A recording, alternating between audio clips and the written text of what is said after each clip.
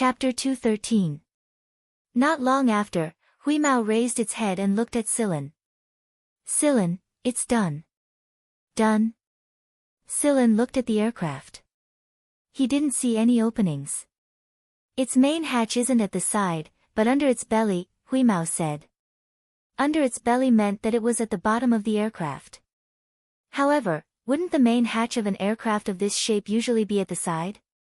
If it was at the bottom, it wouldn't be easy. Silen looked at Huimao, and Huimao started to dig. For a cat, it was rare to be able to practice digging to this level. Therefore, Huimao had always been proud of its ability to dig. With Huimao's help, Silen quickly entered the interior of the aircraft from the bottom. After entering, he could see the situation inside the aircraft at a glance. This aircraft was mostly used to store those cylindrical cabins. Once the cylindrical cabins were released, the inside was much emptier. He took out the detector to check. There was no special reaction. Everything was normal, but Silen felt uneasy. Thinking back to the rabbit, could it be that the rabbit was only here because of the mutated humans? It was a pity that the rabbit couldn't speak. The gray cat circled around the spaceplane curiously and twitched its nose. There's a familiar smell. What smell? Silen couldn't smell it out. If someone had stayed here before and hadn't cleaned the place properly, Silen would definitely be able to smell it out. In other words, the people who stayed here had been cleaned up when they left. At this time, he couldn't help but admire Huimao's senses that were more sensitive than a detector. Huimao walked around the cabin again and determined a general route. It raised its paw and pointed at the places where there was a slight residual smell. There are many kinds of smells, but there's one that's very familiar. It's probably in these few places. If the smell had been cleaned at the same time, then the places where there was a faint residual smell should be the places where the person stayed for a long time, or the places where some liquid from the person's body dripped. Ah, I remember now. Huimao shouted, it's that. When we went to the level 1 prison, we smelled that stench. It was disgusting, like a rat. I killed a few of them, but I didn't eat them. They were so smelly and disgusting. After I killed them, they were sticky like a puddle of water. Something like a mouse. Was it as sticky as a puddle of water after being slapped to death? Wait, see if it's this one. Silen took out a small bottle from the scroll. At that time, he had collected some samples, but he had never analyzed it in depth. He didn't even get close to it. As soon as the bottle was opened, Huimao yelled, this is it. It's disgusting. Take it away. As expected.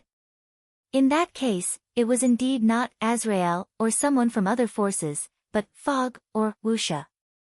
That person. Silen remembered that he only brushed past that person at that time. He didn't do anything, but Silen could feel the haze in that person's heart. So, which side was that person from? Forget it for now, there was no time to think about that. Silen's uneasiness grew stronger. There must be something else in this aircraft. But Huimao didn't smell anything special. What could it be? Silen analyzed the places that Huimao had pointed out with the residual smell. Then, he walked through a few possible routes based on the results of the analysis, but he didn't find anything. There were still 3 possible paths left, and Silen was currently walking along one of them. This path would give him a certain amount of distance from where he had stopped. However, when Silen reached the intersection point of this distance, the intense feeling of unease grew even stronger. This is it. Silen didn't doubt his intuition. Wheeze, how many people have stayed in this area before? Silen pointed at the area and turned in a circle before asking the gray cat. Not many. Only one person stayed close, right there. Huimao walked over and raised his paw to pat the ground. That's it. You come over first, don't get too close. Silen walked over carefully and touched his finger to the cabin wall. Feeling the information transmitted from his finger, Silen finally knew the reason for the uneasiness. There was something mysterious about this cabin wall. There were weak radioactive elements inside, but this level of radioactivity wouldn't make the human body uncomfortable. Moreover, the cabin wall was made of anti-radiation material, so the detector couldn't detect the radioactivity inside at all. The radioactive materials placed here had obviously been carefully calculated. When the amount of radioactive materials decayed to a certain extent, a box inside the cabin would mutate.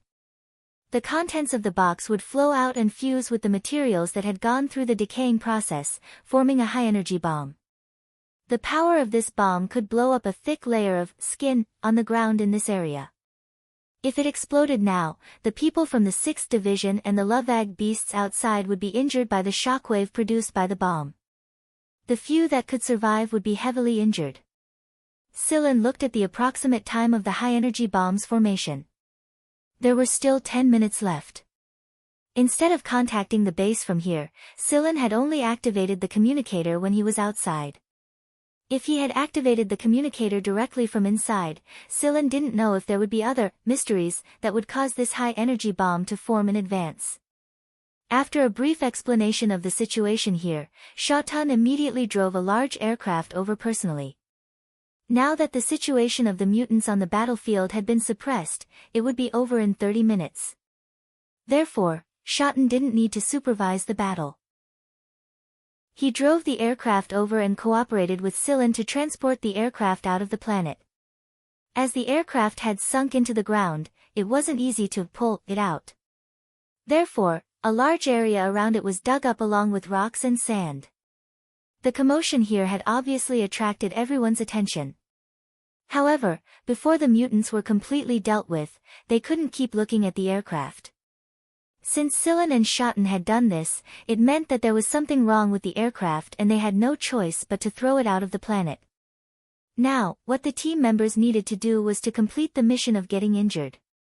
The spaceplane Shotun was piloting extended two large pincers and clamped down on the foreign spaceplane, carefully transporting it out of the planet. After it flew out of the planet, it sped up and threw out a couple of thrusters to attach themselves to the large piece. The thrusters pushed the spaceplane far away while Sillin and Shotun piloted the spaceplane back. 10 minutes later, the flames of the explosion ignited. As they had been pushed out of the range of the explosion, the planet wasn't affected.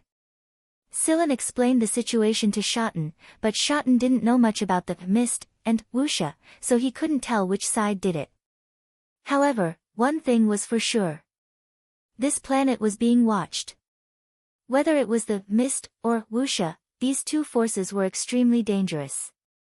The strength of the 6th Division alone wasn't enough to go against them. Therefore, Shotun reported the situation to the A-Team. Not long after, the A-Team would send someone over to check on the situation of the stronghold. They would solve the problem together. By the time Sillin rushed out of the spaceplane, the situation on the battlefield was already very clear. Only a few mutants were still holding on, and they became the targets of the Lovags. The rest of the 6th B Squadron were watching the show from a distance.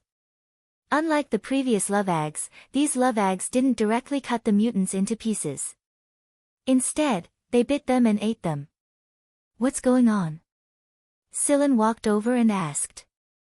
Carrie raised his chin and pointed at the Lovags who were looking at the last few mutants pitifully. He then turned to the last battlefield. It seems that the more the mutants split, the more the Lovags don't like them. It was like a bowl of soup. After drinking a little, water would be added to the original spot, and water would be added again. After a few times, the soup would be diluted, and the taste would definitely not be good.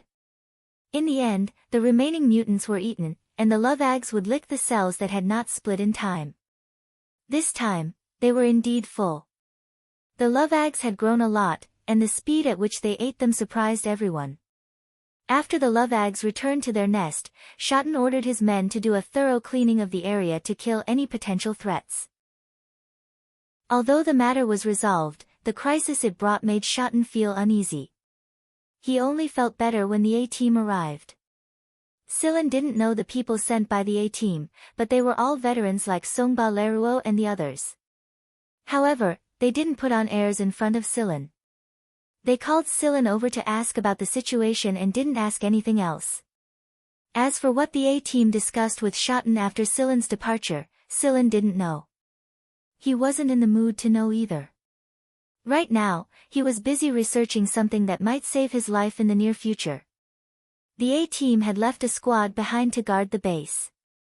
They valued this place a lot, so much so that they had sent technicians over to inspect it. They couldn't stop praising the place. In fact, Silen, Huimao, and Cheto knew that Sigma was the reason this base was as strong as it was today.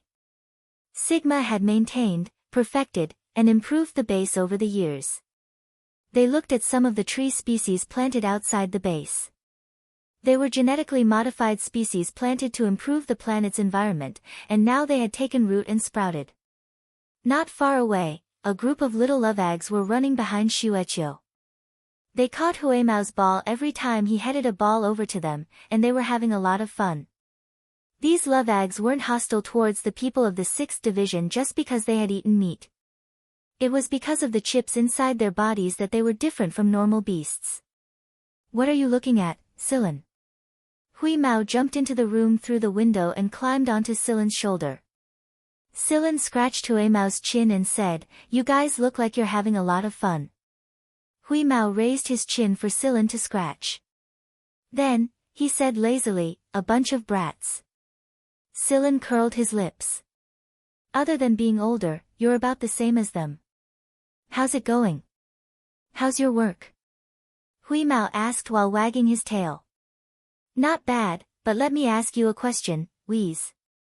With your abilities, what are your chances of winning against Bart and Songba Leruo?" Huimao opened his eyes and thought for a moment. "I don't know." To be honest, the gray cat was well aware of its weaknesses. It was confident that it could beat the duo in a head-on clash, but a battle wasn't just about brute force. Strategy was also a part of it, and Bart and Songba Leruo looked like old foxes who had been through hundreds of battles. The gray cat's brain might be powerful, but it didn't know how to come up with many schemes. It didn't even know how to panic, and if Silen could see through it with a single glance, then there was no need to even mention those two foxes. "You want to fight with them? We can work together. You use your brain, and I'll use my claws." "I don't believe I can't beat them," Huimao said. Silen shook his head. "They're not my enemies, but I'm stronger than the two of them combined." Huimao's ears twitched. "I know. You're talking about the people you met in the prison. They were very strong, and they were also very cunning." "Oh right, are they really going to attack the base?" Huimao didn't need to ask the people of the 6th Division. He could understand things through Sigma. The entire base was Sigma's eyes and ears. "I think so. Don't be afraid. I've discussed it with Sigma, and they're planning to refurbish the base and install a few cannons on the perimeter. We have the materials now anyway, and Yudi even said that he'd like to help us install cannons yesterday." Seeing that Huimao was getting excited, Silen didn't interrupt. He scratched Huimao's chin and looked into the distance. No one knew what he was thinking. 2 days later, there was another team mission. 2 rank C habitable planets were found to be rich in rare metal ores. The ores were just in time for the construction of new defense facilities. Silen's team and Zarathosha's team went out to mine. Each team was responsible for monitoring the situation on one planet. Huimao didn't come with them because he was in the middle of his excitement. Silen left Cheto at the base to supervise them. It was to prevent them from fooling around. On the starship, Silen listened to Carrie, Beaver, and the others discuss the construction of the base's outer defense facilities. He sat in silence. Unease, still unease. Silen was never a person who acted unprepared, but this time, he still felt very uneasy. Tico walked over and stopped in front of Silen. She looked at Silen worriedly. "What's wrong? Do you need something?" Silen asked. "It's not me. I just wanted to ask Lieutenant Silen what you need, or should I say, what do you expect to run into?" Tico pulled a chair over and sat down. She took out the little rabbit from her pocket and passed it to Silen. The rabbit's ears drooped, and its eyes looked at Silen with obvious worry. Scylla had never seen this rabbit look like this before. There was even a hint of reluctance in its worried eyes. Scylla didn't know why he could see this kind of meaning in the rabbit's eyes, but he felt that it was because of its eyes. The rabbit's mouth couldn't speak, but its eyes could. It's been like this ever since we left the base. It always looks at you like this, but it doesn't look like this when it looks at anyone else. Tico stared straight into Scylla's eyes. What happened? Is there something you're not telling us? Scylla rubbed his hands on his face. I can't avoid it. I can't avoid it. When he saw the rabbit's eyes, he knew what he was going to encounter. Scylla didn't answer Tico's question. He closed his eyes and tapped his fingers on the back of the chair. 5 minutes later, Scylla opened his eyes and stood up. He patted the rabbit that was looking at him and said to Tico, "It's okay." Tico didn't take Scylla's words seriously. She knew the rabbit in her hand too well. She knew what each look meant. So when she saw the rabbit staring at Scylla, she was so shocked that she dropped the knife in her hand. That look meant that Scylla was likely to die this time. Otherwise, the rabbit wouldn't be so reluctant and worried. Scylla went to look for Yudi. Dias wasn't around, so he explained some of his plans to Yudi. After all, in the entire 6th Division, only Yudi had the most authority and was able to analyze problems calmly. When the time was right, it was best to be decisive. By now, their starship was quite far away from the base planet and was about to land on the metal-rich planet. However, Scylla didn't give the order to land. Instead, he ordered the weapons to be ready. The members of the control room were in position to check on the energy supply and defense system. Carrie opened his mouth but was forced back by a look from Yudi. Right now, Carrie was depressed and confused. He felt like his heart was being scratched by Huemao's claws, but he couldn't ask. Ready? Scylla looked at Yudi. Yudi nodded. I'm ready. Good, begin. As soon as Scylla's voice fell, Yudi issued a series of orders. The starship that was originally flying towards the metal-rich planet suddenly turned around, activated its protective shield, and flew away. Carrie couldn't hold it in anymore and glared at Yudi. Right now, the protective shield was activated to the maximum. How many energy blocks had been wasted? Furthermore, they had used those special energy blocks. At this point, there wasn't even an explanation. Before Carrie, who was about to open his mouth to ask, could say anything, the starship suddenly shook. We've been attacked. Through the image on the screen, everyone could see that the starship behind them was gradually revealing its true appearance. There was actually a starship lying in ambush there. What was even more surprising was that the detectors and scanners on their starship didn't notice anything at all. The cannons on the starship behind them were all aimed at Scylla's starship. If it weren't for the protective shield, the starship would probably be half paralyzed by now. At the very least, it wouldn't be able to escape at such a speed. Who are they? Carrie asked. I want to know too. Scylla looked at the starship chasing after them and left the control room. Chapter 2:14. When he reached the door of the control room, Scylla turned around and said to the others, as the vice captain, I'm handing over the control of this starship and the command of this operation to Yudi. Although the hierarchy among the hunters was not as strict as the military, they still had to follow the rules at critical times. Otherwise, it would be a mess. Therefore, when the situation was serious, everyone would consciously follow the orders of the Supreme Commander. But now, when they heard Scylla say this, they were a little confused. Handing over control at the last minute? Why? Since Scylla had handed over the command to Yudi, they would have to follow Yudi's orders for the rest of the operation. It was obvious that the starship behind them was not to be trifled with. But Vice Captain. Carrie chased after him, ready to get to the bottom of it. But Scylla did not say anything. He pressed a button, and the door to the control room closed before Carrie could reach it. When Carrie opened the door again, Scylla had already taken the elevator to the spaceplane's parking lot. Scylla looked in the direction of the starship behind them. He could sense the person on that starship. They would meet sooner or later, but Scylla did not expect Osculos to come so soon. From the looks of it, the Fog or Wuxia's people must have cooperated with Osculos and attracted some of the military's attention. That was why Osculos was able to shake off the military and come to Scylla.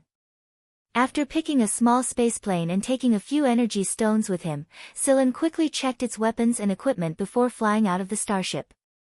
Although the firepower of a small spaceplane was not as fierce as that of a large spaceplane, it was more agile.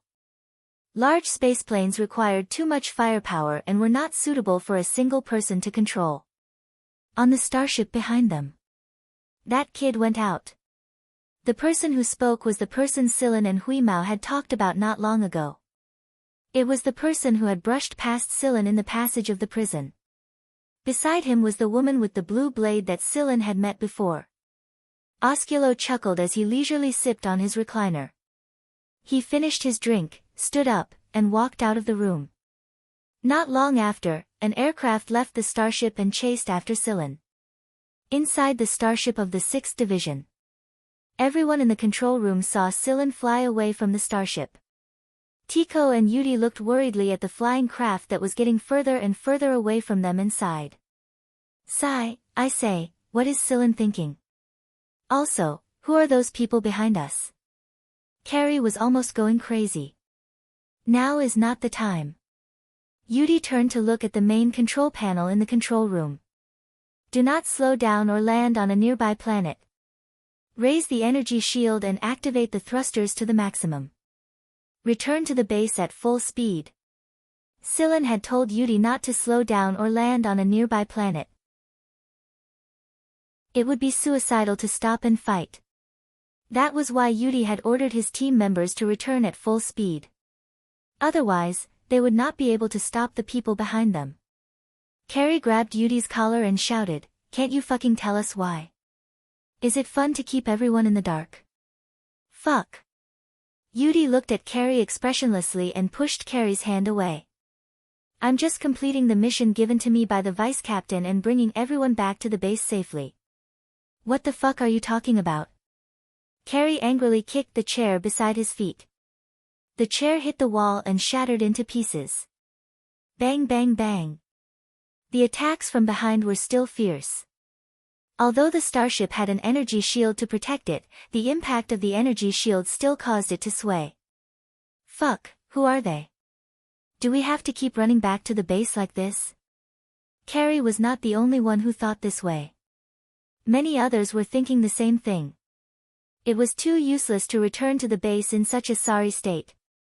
The people of Vanguard were beaten to this state, and they did not even fight back. How shameful would it be if word got out? Seeing that everyone's emotions were gradually becoming unstable, there were signs that they wanted to fly out and fight or find a place to fight. Yudi finally relented. After all, it would be counterproductive to keep them in the dark too much. Mist or Wuxia, which one do you think you can fight? Yudi looked at Carrie and the others. As soon as Yudi said this, the control room fell silent. Mist or Wuxia, who could they fight? Not even one of them. It was not that they were afraid of death, but they were afraid that their death would not be worth it. Bravery did not mean that they would be sending themselves to death. Yudi glanced at everyone and turned back. Follow my orders just now. Return at full speed. This time, no one was angry. They consciously did their own things. Doing their own things was the greatest help to the team. Carrie took a few deep breaths and suppressed his emotions that were on the verge of bursting out. He asked, then Scylla, he has his own plans. Yudi did not say anything else. He opened the star map and looked at it. From time to time, he would give instructions on the route of the starship. Looking at the other party's flight, it was obvious that they had done some analysis of the area. Yudi did not expect to be able to get rid of the people behind them. He only wanted to return to the base safely. Scylla had said that the other party knew about the existence of the base. The biohuman incident last time was also caused by the other party. This time, even if their team did not come out, those people would still attack the base. When they sent the mutant aircraft, they did not use biochemical bombs or other long-lasting bombs. Instead, they only used ordinary high-energy bombs. It was for the sake of the base.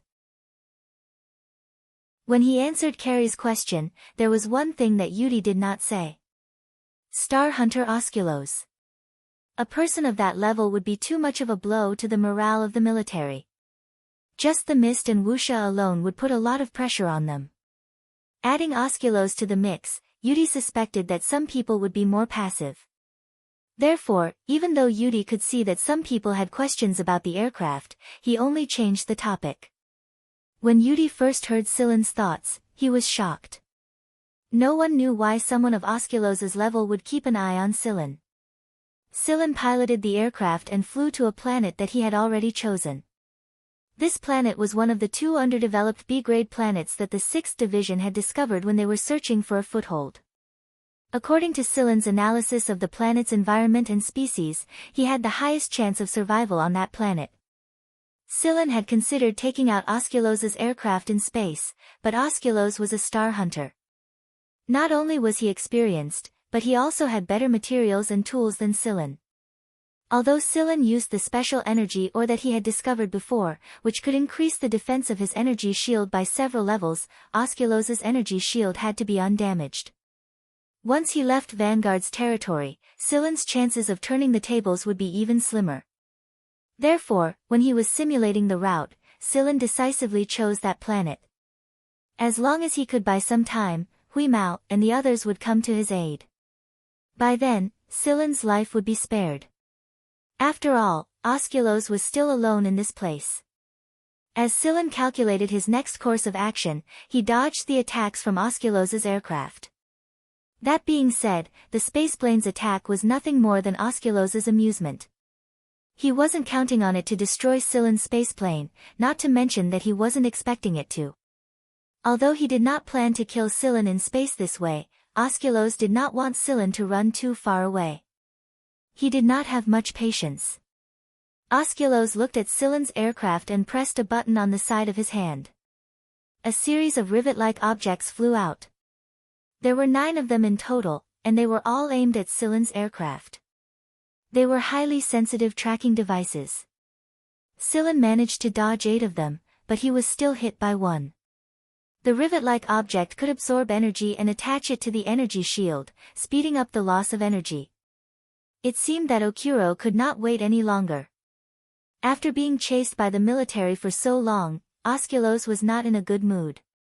Silen did some calculations as he stared at the energy display that was rapidly decreasing. Then, he piloted the spaceplane to avoid yet another round of energy absorption rivets. Finally, he saw the planet.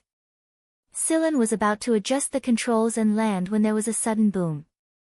2 more rivets were attached to the aircraft. At this rate of energy loss, there was no way Silen could reach the desired landing spot. Han Shao landed the aircraft in a forest with great difficulty. He had no idea how many branches the aircraft had scraped off, but the tree branches shook the aircraft violently. Before the aircraft came to a complete stop, Silen jumped out of the emergency hatch and ran into the forest. Osculos's aircraft landed on a high ground next to the forest. The hatch opened, and Osculos walked out of the aircraft. He was still in the same outfit that Silen had first seen him in. Looking at the forest and the aircraft that had just stopped, Osculos jumped down. He was falling from a cliff that was more than 500 meters high, but he did not seem to be falling freely. Osculos looked in the direction of the forest and waved his hand. His footsteps changed. His speed did not change, but his direction changed. He followed Osculos's footsteps and landed in that direction. Celine, who was running, felt a wave of telekinesis that was rushing towards him at high speed. Silen had only ever felt a wave of telekinesis like this from Gaydar. It was too fast. Silen had already pushed his speed to the limit, but the people behind him were quickly closing the distance between them. No wonder Gaydar had said that escaping from Osculos would be difficult. Sensing the rapidly closing distance, Silen pulled out his gun, but before he could turn the gun, the barrel was snapped in half. Silen felt like he had been punched by a giant fist. He slammed into the stone wall behind him, and his whole body sunk into it. Before Celine could react, he was grabbed by the neck and dragged out of the stone wall. His feet left the ground. Osculos grabbed Celine's neck and lifted him up. He looked at the bleeding head and body of Celine and said slowly, "I'm sorry to have kept you alive for so long." Bang! Celine was smashed again, but this time, he was not smashed into the stone wall. Instead, he was forced into the ground. Celine's physical fitness was pretty good. Many A-rank combatants could not compare to Celine's physical strength. However, even with such a strong body, Osculos had managed to shatter many of his bones with just one hit, and his muscles looked like they had been forcefully torn apart. Osculos was obviously very experienced. He knew which bones to break and which could incapacitate a person. Gaydar had also said that Osculos was a person who liked to torture and kill. Celine listened to the sound of his bones being crushed, but the immense pain did not stop Celine's train of thought. In fact, every time the chip was activated, the pain was no better than when his bones were crushed. When Osculos crushed someone's bones, he would make sure to preserve the nerves so that they could better transmit the sensation of pain. "You don't seem to mind this level of pain," Osculos said slowly. Osculo was very dissatisfied with the fact that Celine did not scream in pain. A thin knife about the width of a finger protruded from Osculos's wrist. "Actually, I really hate Gaydar. He wants to replace me, but he never does it himself. He likes to use other people to deal with me. What I don't understand is that with the style of that old faker, Zada, he would waste his energy on you this time and let me be pestered by the military for so long. Tell me, how am I going to repay this debt?" Osculos spoke like he was meeting an old friend, but he was swinging his knife at Celine. Inside the 6th Division's base, Hui Mao and Sigma were arguing about a design, and Shueqiu had joined in and pointed at them. Cheto didn't have the time to interrupt them at all. However, Hui Mao suddenly froze. Every hair on his body stood on end, and his eyes became as deep as a whirlpool in the ocean. Sigma, who was still explaining its reasons, suddenly stopped talking when it noticed Hui Mao's abnormality. Beside them, Shueqiu and the Miantuan backed away in unison. They felt like something was wrong with Hui Mao right now. It was as if he was about to start a massacre at any moment. The instincts of animals were very sensitive. The small Lovaga beasts that had been jumping around suddenly left the area and sought refuge with the big Lovaga beasts. It was at this moment Yudi's starship finally arrived at the base planet. Alarms blared all over the base, and everyone quickly entered combat mode. This time, however, the Lovags didn't come out. Instead, they hid inside their nests. The little Lovags trembled uncontrollably and squeezed themselves against the big Lovags as if it gave them a sense of security. Since they were prepared beforehand, they moved quickly and efficiently. Shoten ordered his men to cover Yudi's landing and attack the starship at the same time. They absolutely couldn't let them land here. Fortunately, the starship didn't try to force its way in. It simply circled around the perimeter. When Yudi's group finally landed safely, Carrie immediately told Shoten about Celine's situation. "Captain, hurry up and send reinforcements to Celine. Otherwise, he'll be in trouble if he's alone." Carrie volunteered to join the rescue team. Shoten looked at Yudi. What did Celine mean? Yudi took a deep breath and tried to calm himself down. He meant that he should leave first, and then we'll send reinforcements. Shoten clearly thought deeper than Carrie. Who's chasing Celine? It's Osculos. Who's Osculos? Carrie was confused. However, Shoten and the other members of the A-team almost jumped up. What? Osculos? Are you sure? It's that guy. Shoten pointed above his head. Everyone knew who Shoten was referring to by that guy. Yudi nodded. That's what Celine said. Why would Osculos have his eyes on Celine? That shouldn't be the case. Osculos has always had high standards. Someone from the A-team mumbled. When Yudi heard this, he wanted to kick the person out of the team. Captain, now's not the time to talk about this. Hurry up and form a rescue team. I'm afraid Scylla will be in trouble if we don't, Yudi urged. Hey, who is this Osculos you're talking about? Carrie was still confused.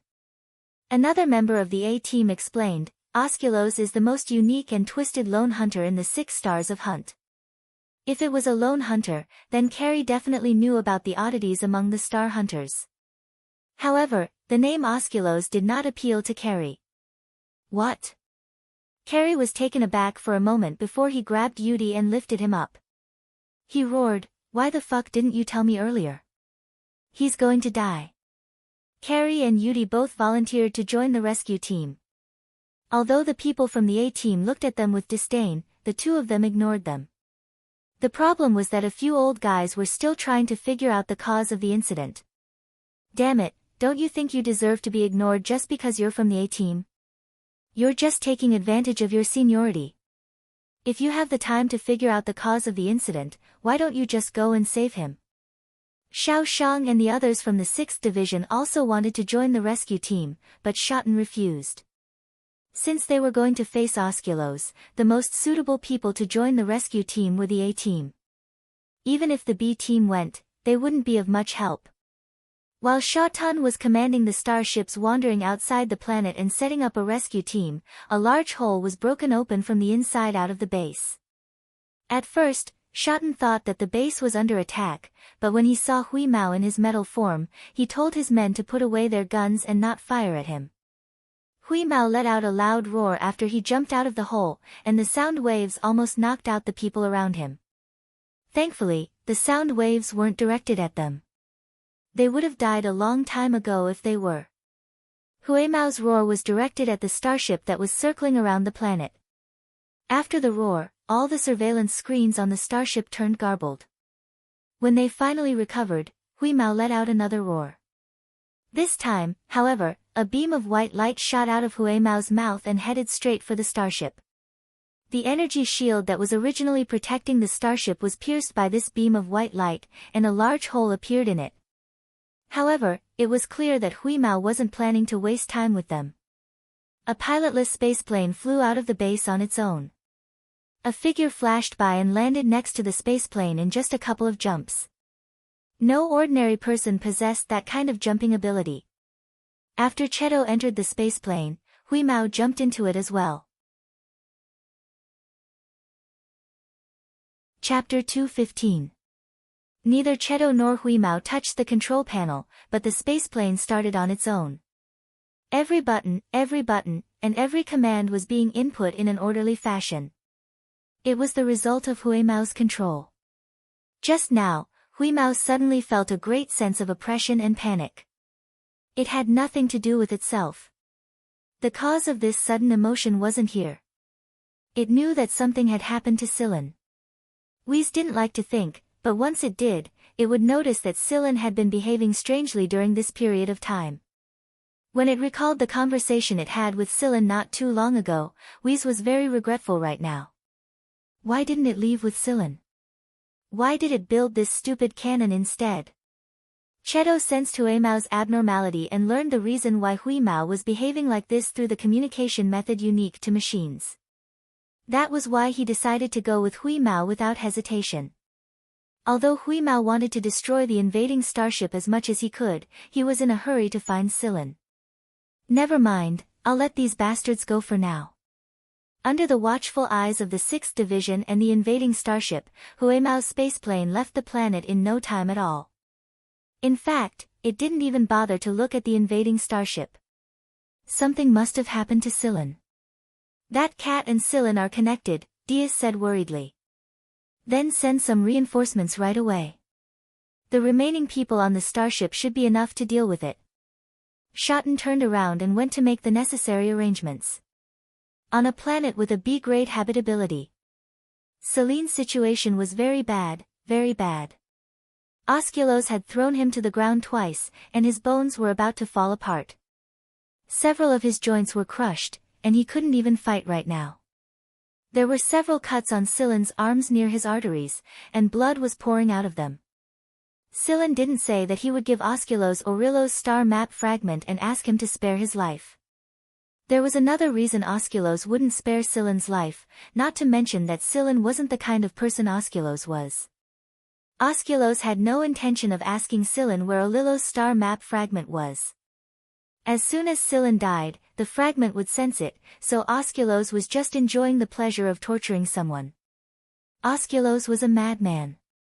He had killed countless people, and most of them weren't because of hatred. Those people died very miserably. They were all tortured to death.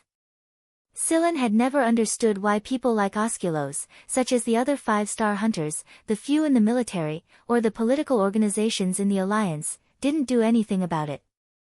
After all, a person like Osculos was too dangerous. He didn't care who you were from the military or the Big Four. Anyone who ran into him was doomed. No one could guarantee that something like this wouldn't happen to one of their own, let alone a ticking time bomb like him.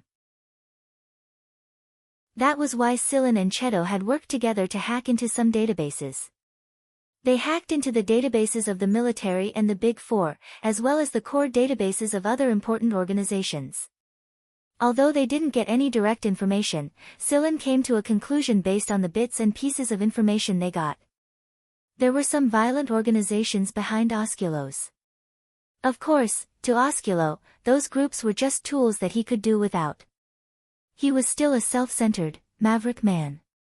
He had no friends, no allies, and only a bunch of violent people who weren't even loyal to him. Then, it was these violent groups that posed a huge hidden danger and threat to the entire Alliance. After all, there were far too many such violent groups in the Alliance, and peace wouldn't cover every part of GAL. There were even more places like the war-torn planets at Sector V that existed in the Alliance. That being said, there were plenty of times when the military and politicians would negotiate with Osculos to keep these violent organizations in check. It was a balance. Just as Gaydar had said, a star rank hunter wasn't just about personal strength. It was also about their influence. Every star rank hunter was incredibly influential, even Osculos, who was known as the most unique star rank hunter. Osculos licked his knife, but there wasn't any blood on it. The knife wasn't stained with blood, and the droplets of blood would drip down the blade on their own. I heard that you're the one who killed that little skeleton. Little skeleton? Scylla's pupils shrank abruptly. Skeleton King Carreño? You remember now. Osculos moved his fingers, and a new wound appeared on Scylla's thigh. It was another wound that was bleeding. I was hoping that the little skeleton would make some noise, but you killed it before it could, Osculos said, as if he were talking about a pet he used to have. Scylla couldn't see any hatred or resentment in Osculos's eyes. There was only a tiny bit of regret. It was regret that Scylla killed Carreño too early. It was regret like a pig that was thrown into a pot before it was fully fed. You want to cough, avenge him. Scylla coughed out a bit of blood and said. Avenge? Osculos flicked his knife carelessly, and the tip of the knife left a new bone-deep wound on Scylla's leg. Right now, every time Osculos made a cut on Scylla's leg, Scylla would scream in pain. Osculos was very satisfied with the sound. Does he have the right?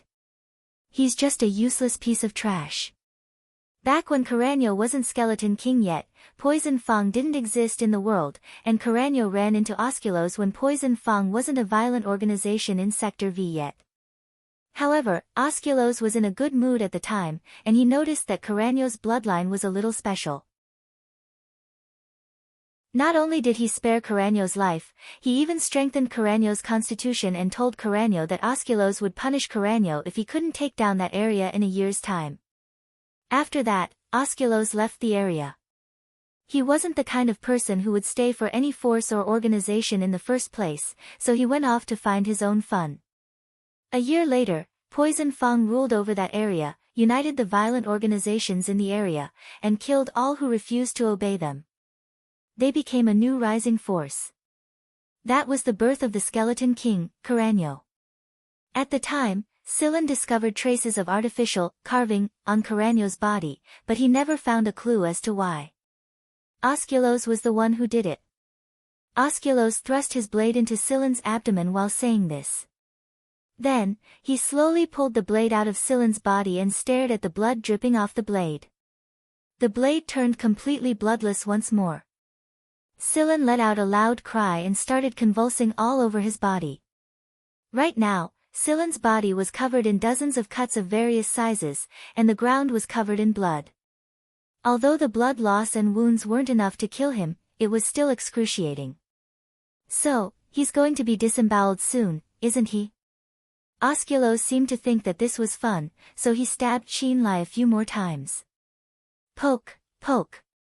But when Osculos stabbed Qinlai again, Silen's body twitched a little, and Osculos's blade hit Silen's navel. Whoosh! Suddenly, flying needles that looked like chick feathers suddenly shot out of Silen's navel and headed straight for Osculos. Osculos jumped back and swung his blade to block the needles. While Osculos was swinging his blade to block the needles, metal bands emerged from Silen's body and wrapped around Silen. Then, a tablet unfurled on Silen's back, lifted Silen, and flew away at high speed. Silen had spent a lot of extremely rare materials and a huge amount of brainpower to create this device. The advantage of these two devices was that they could catch the enemy off guard. Otherwise, they would be completely useless if the enemy noticed and took precautions against them. Silen had been waiting for an opportunity all this time. Judging from the information he received from Gada, Osculos would not only bleed a person, but also disemboweled them. He wouldn't kill them in one go. That was why Silen had set up the needle device on Qinlai's abdomen. With Osculos's abilities, Silen wouldn't be able to activate the device with his weak telekinesis, nor would he have the chance to activate it manually. Therefore, it would be best if Osculos activated the device himself. Silen's painful wails and spasms were just a ploy to numb Osculos. Plus, Silen was nothing in Osculos' eyes. Plus, Silen's joints were crushed by Osculos, and Silen was cut so many times. That was why Osculos was a bit careless at the time. When the knife went down, Silen pretended to be panicked and in pain, so that the tip of Osculos' blade could just touch the device's mechanism. The most important thing for a person was to know their own limits. Silen knew that he would be caught by Osculos. If he wanted to attack this star hunter, he had to get very close to him to have a real chance of injuring him. Given Osculos's way of doing things, he wouldn't let his guard down unless he was allowed to stab him. Moreover, Silen was sure that Osculos wouldn't stab Silen's vital organs. He wouldn't even hurt his internal organs. It would only make Silen bleed a little more. After all, Osculos's hobby was to torture people. The reason Silen endured the cuts was to lower Osculos's guard as much as possible.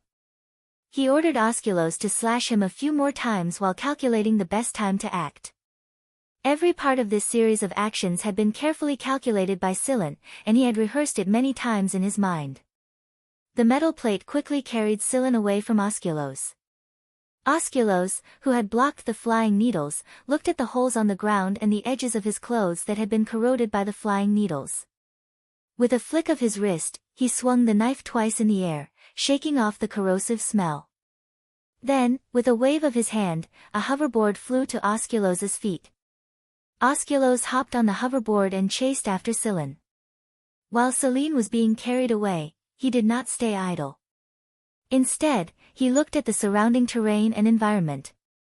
When he saw a forest, his eyes lit up with joy. That place was not far from the place he had expected. Silen took something out of his ring and tossed it into the air. Then, he put on his protective mask.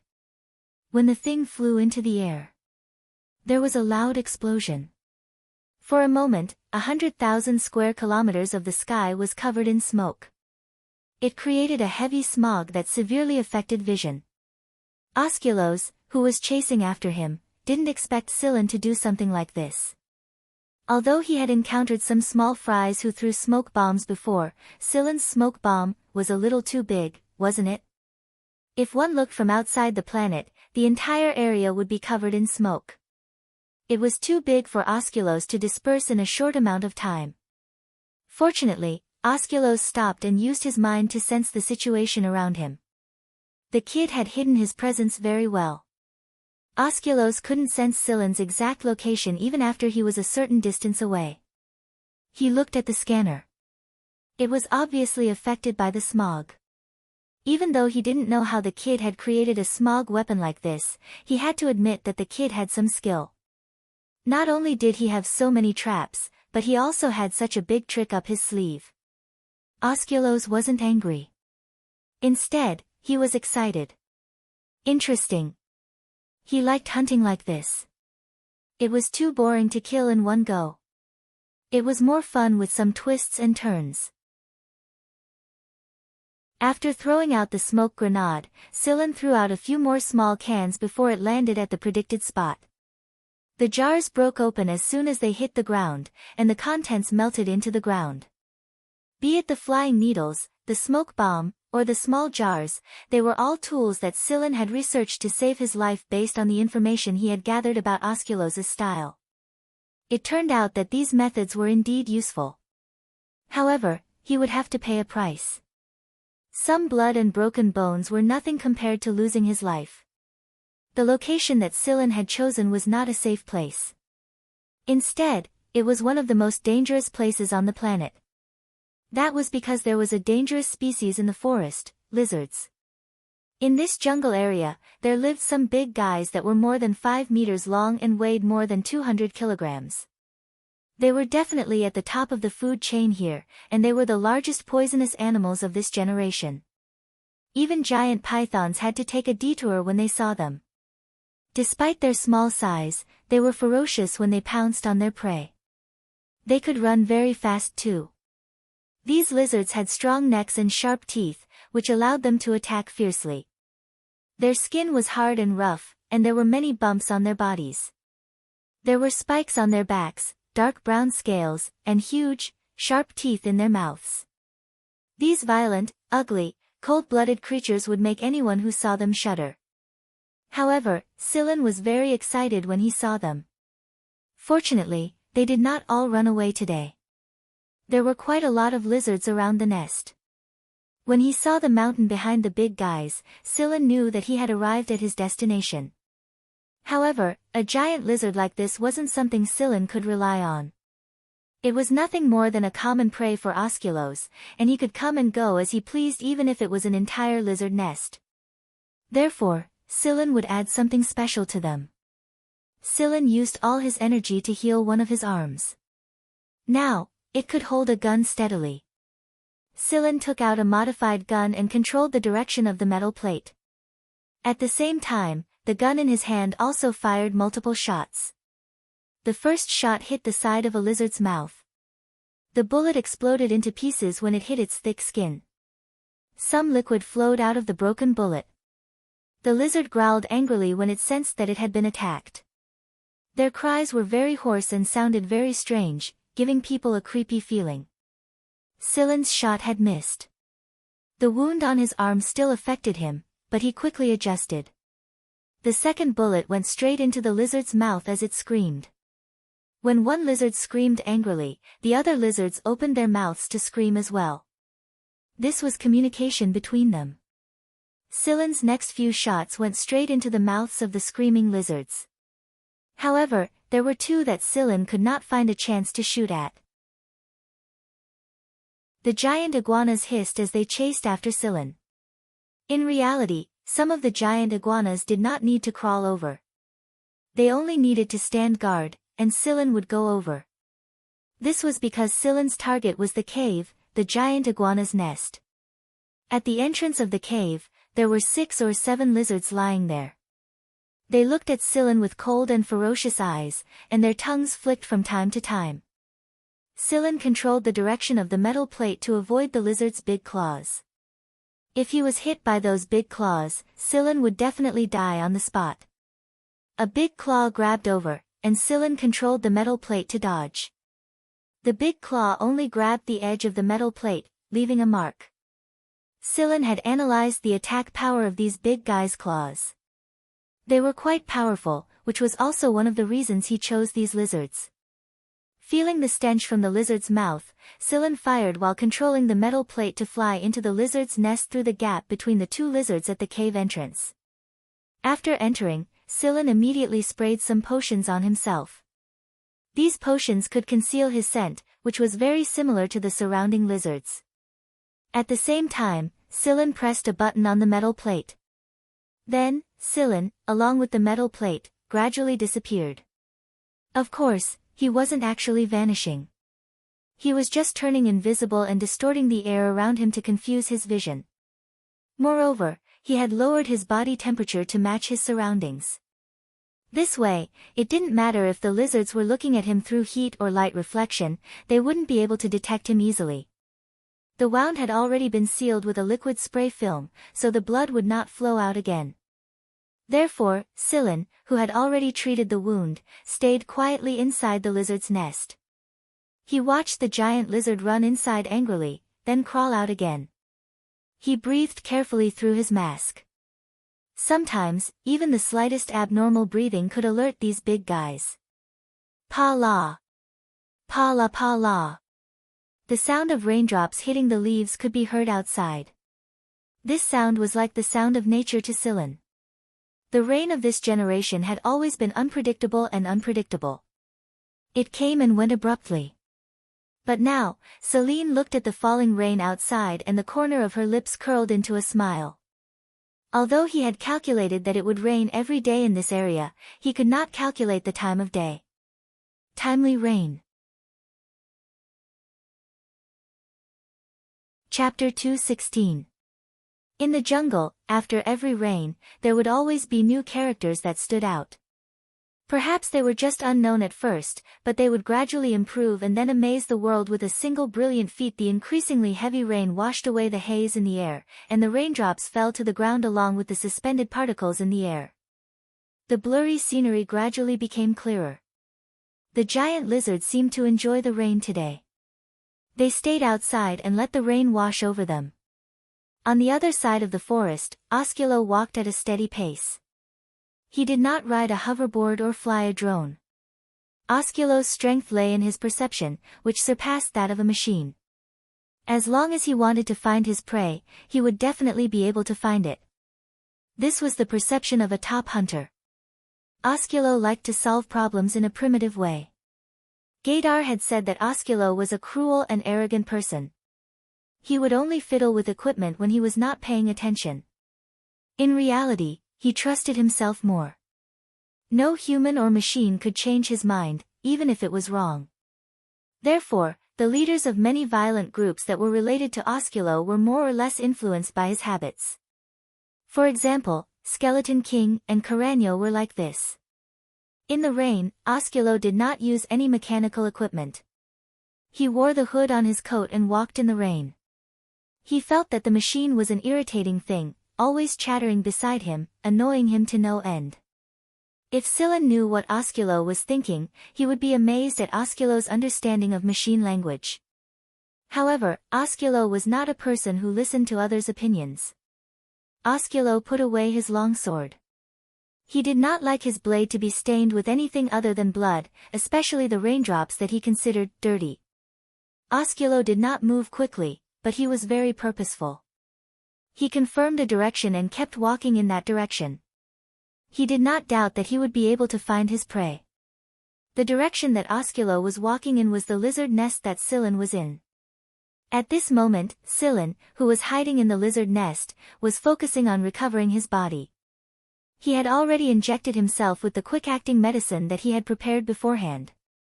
Moreover, his own recovery rate was astonishing. The wounds on Scylla's body, big and small, had already begun to heal. The smaller and shallower wounds had already begun to scab, and the bigger and deeper wounds were rapidly healing. The muscles that had been severed seemed to be connected by strands of silk. They closed up and then fused into one, returning to their original state. A few broken meridians also stretched out and connected spontaneously. Blood began to circulate normally again. The shattered bones healed without a sound, as if they were executing a set of procedures. Every step seemed to have been carefully calculated, and every step was perfect, returning to its original position. As for breathing, Genya had once said that people would have a specific breathing pattern in different situations. You could determine a person's physical condition just by looking at their breathing. When the body healed spontaneously, there would be an optimal breathing rhythm. Under this optimal rhythm, the body would be able to recover efficiently with medicine in the shortest time possible. Many people who often experienced life and death situations would not pay attention to the rhythm of their breathing when they were recovering. Instead, they would follow their instincts. Experience had made their bodies accustomed to that rhythm.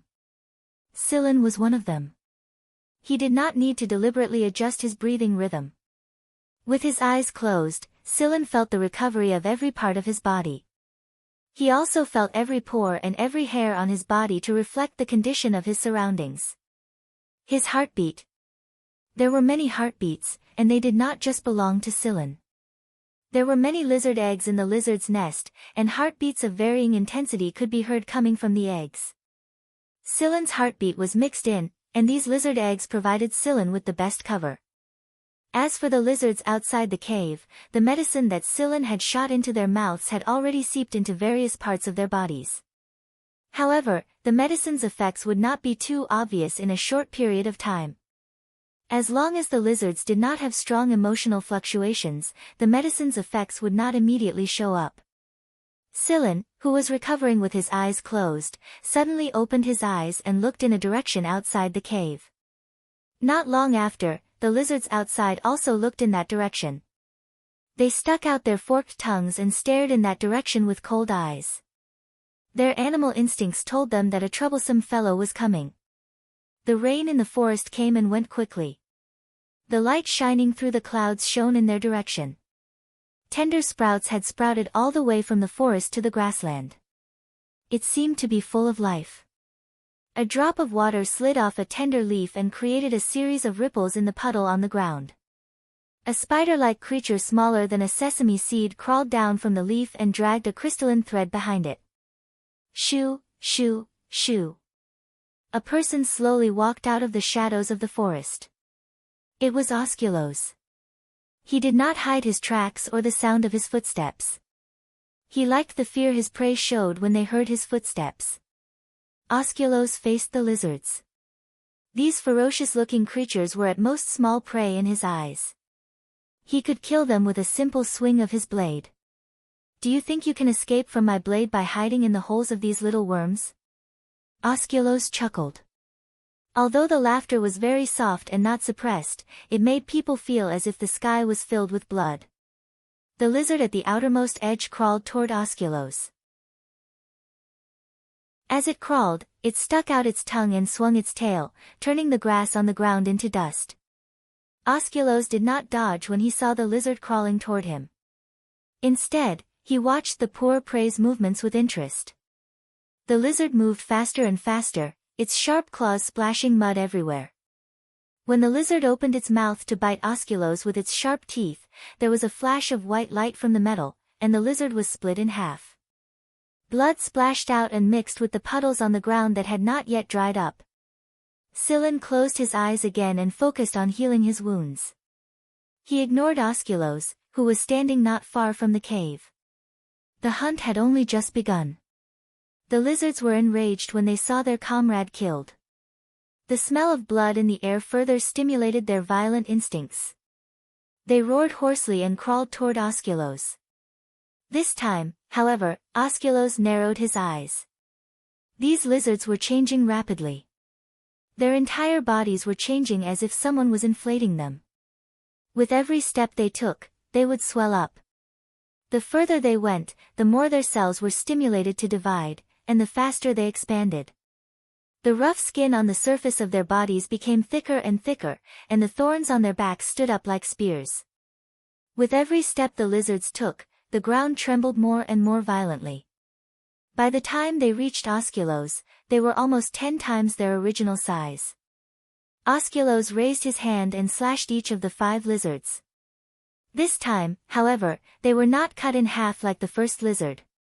The blood stopped flowing, and the wounds healed.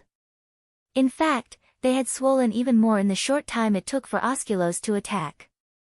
Osculos looked around. More than 80% of the lizards had started to swell and become violent.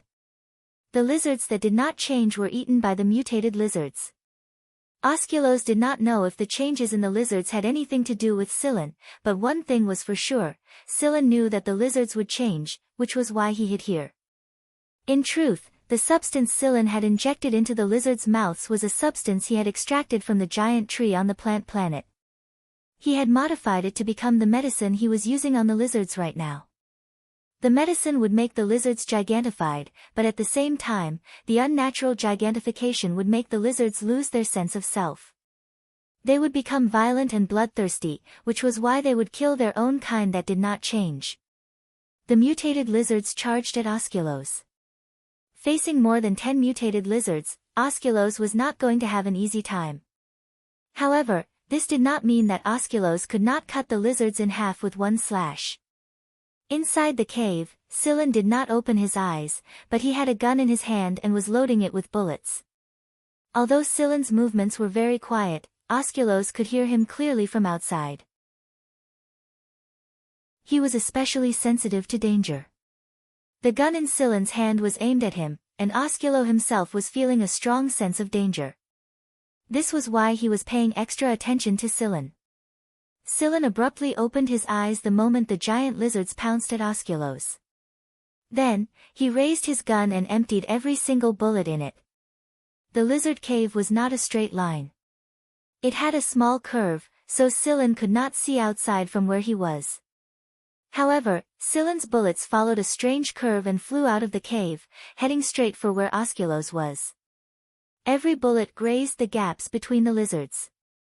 Osculo swung his sword, deflecting all the bullets with a clang. He had an energy shield, but Osculos did not want to use it.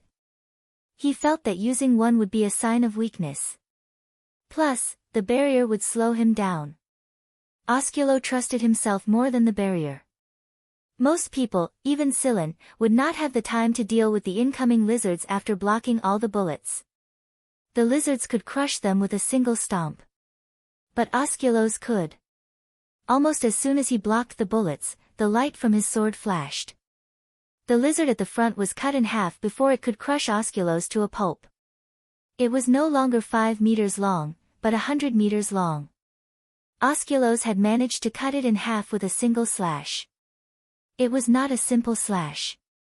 There were too many factors that went into it, such as strong concentration, perfect integration of the mind and the sword, and skillful and precise swordsmanship. Although only a third of the blade had sunk into the lizard's body, the wound was torn open. It was as if some powerful force had torn the lizard apart. The slash was so fast that it was impossible to see the shadow of the blade. All that could be seen was the lizard that had been cut in half. This was only the beginning. Before the lizards could react, they were cut in half. Even though they had thickened their skin and strengthened muscles and bones, they were just pitiful prey to Osculos's sword. The blood on the ground became thicker and thicker, and the stench of it spread. Osculos, who was immersed in the excitement of the blade cutting through flesh, did not notice that the grass around him had begun to grow crazily, and they were also heading in his direction. In the air, thin threads floated in the wind. At one end of the threads were tiny spiders the size of sesame seeds. Some of these spiders landed on the ground, while others landed on Osculos's body. The ones that landed on the ground also crawled in Osculos's direction. The dozen mutated lizards had been cut down in less than a breath's time. The giant lizard on the ground was still twitching, and blood kept flowing out. Osculos was about to go look for Scylla after he was done with the giant lizard, but he suddenly stopped and looked around vigilantly. Whoosh whoosh whoosh. Vines curled in from all directions like a beast that had seen a delicious meal. Osculos had seen many strange plants before, and he knew that plants were often scarier than animals, so he cut them down one by one. However, these plants grew too quickly. It seemed that as long as he did not uproot them, they would continue to grow. Osculos slashed at the vines again and again, lifting them up along with the soil. However, unlike the plants he had seen before, these vines didn't stop growing after they left the soil. Even when they were lifted into the air, they didn't stop growing. When they landed on the ground, their roots quickly grew back, and the vines that were chopped off would grow into a few more plants after they landed on the ground. One of the vines that had fallen on the lizard that had been cut in half quickly took root in the carcass and grew madly. Osculos swung his sword and cut down the vines that came at him while looking for a chance to kill the kid hiding in the cave. Just then, a sound came from inside the cave. Osculos also sensed that Scylla was heading toward the cave. Is that kid trying to sneak up on me?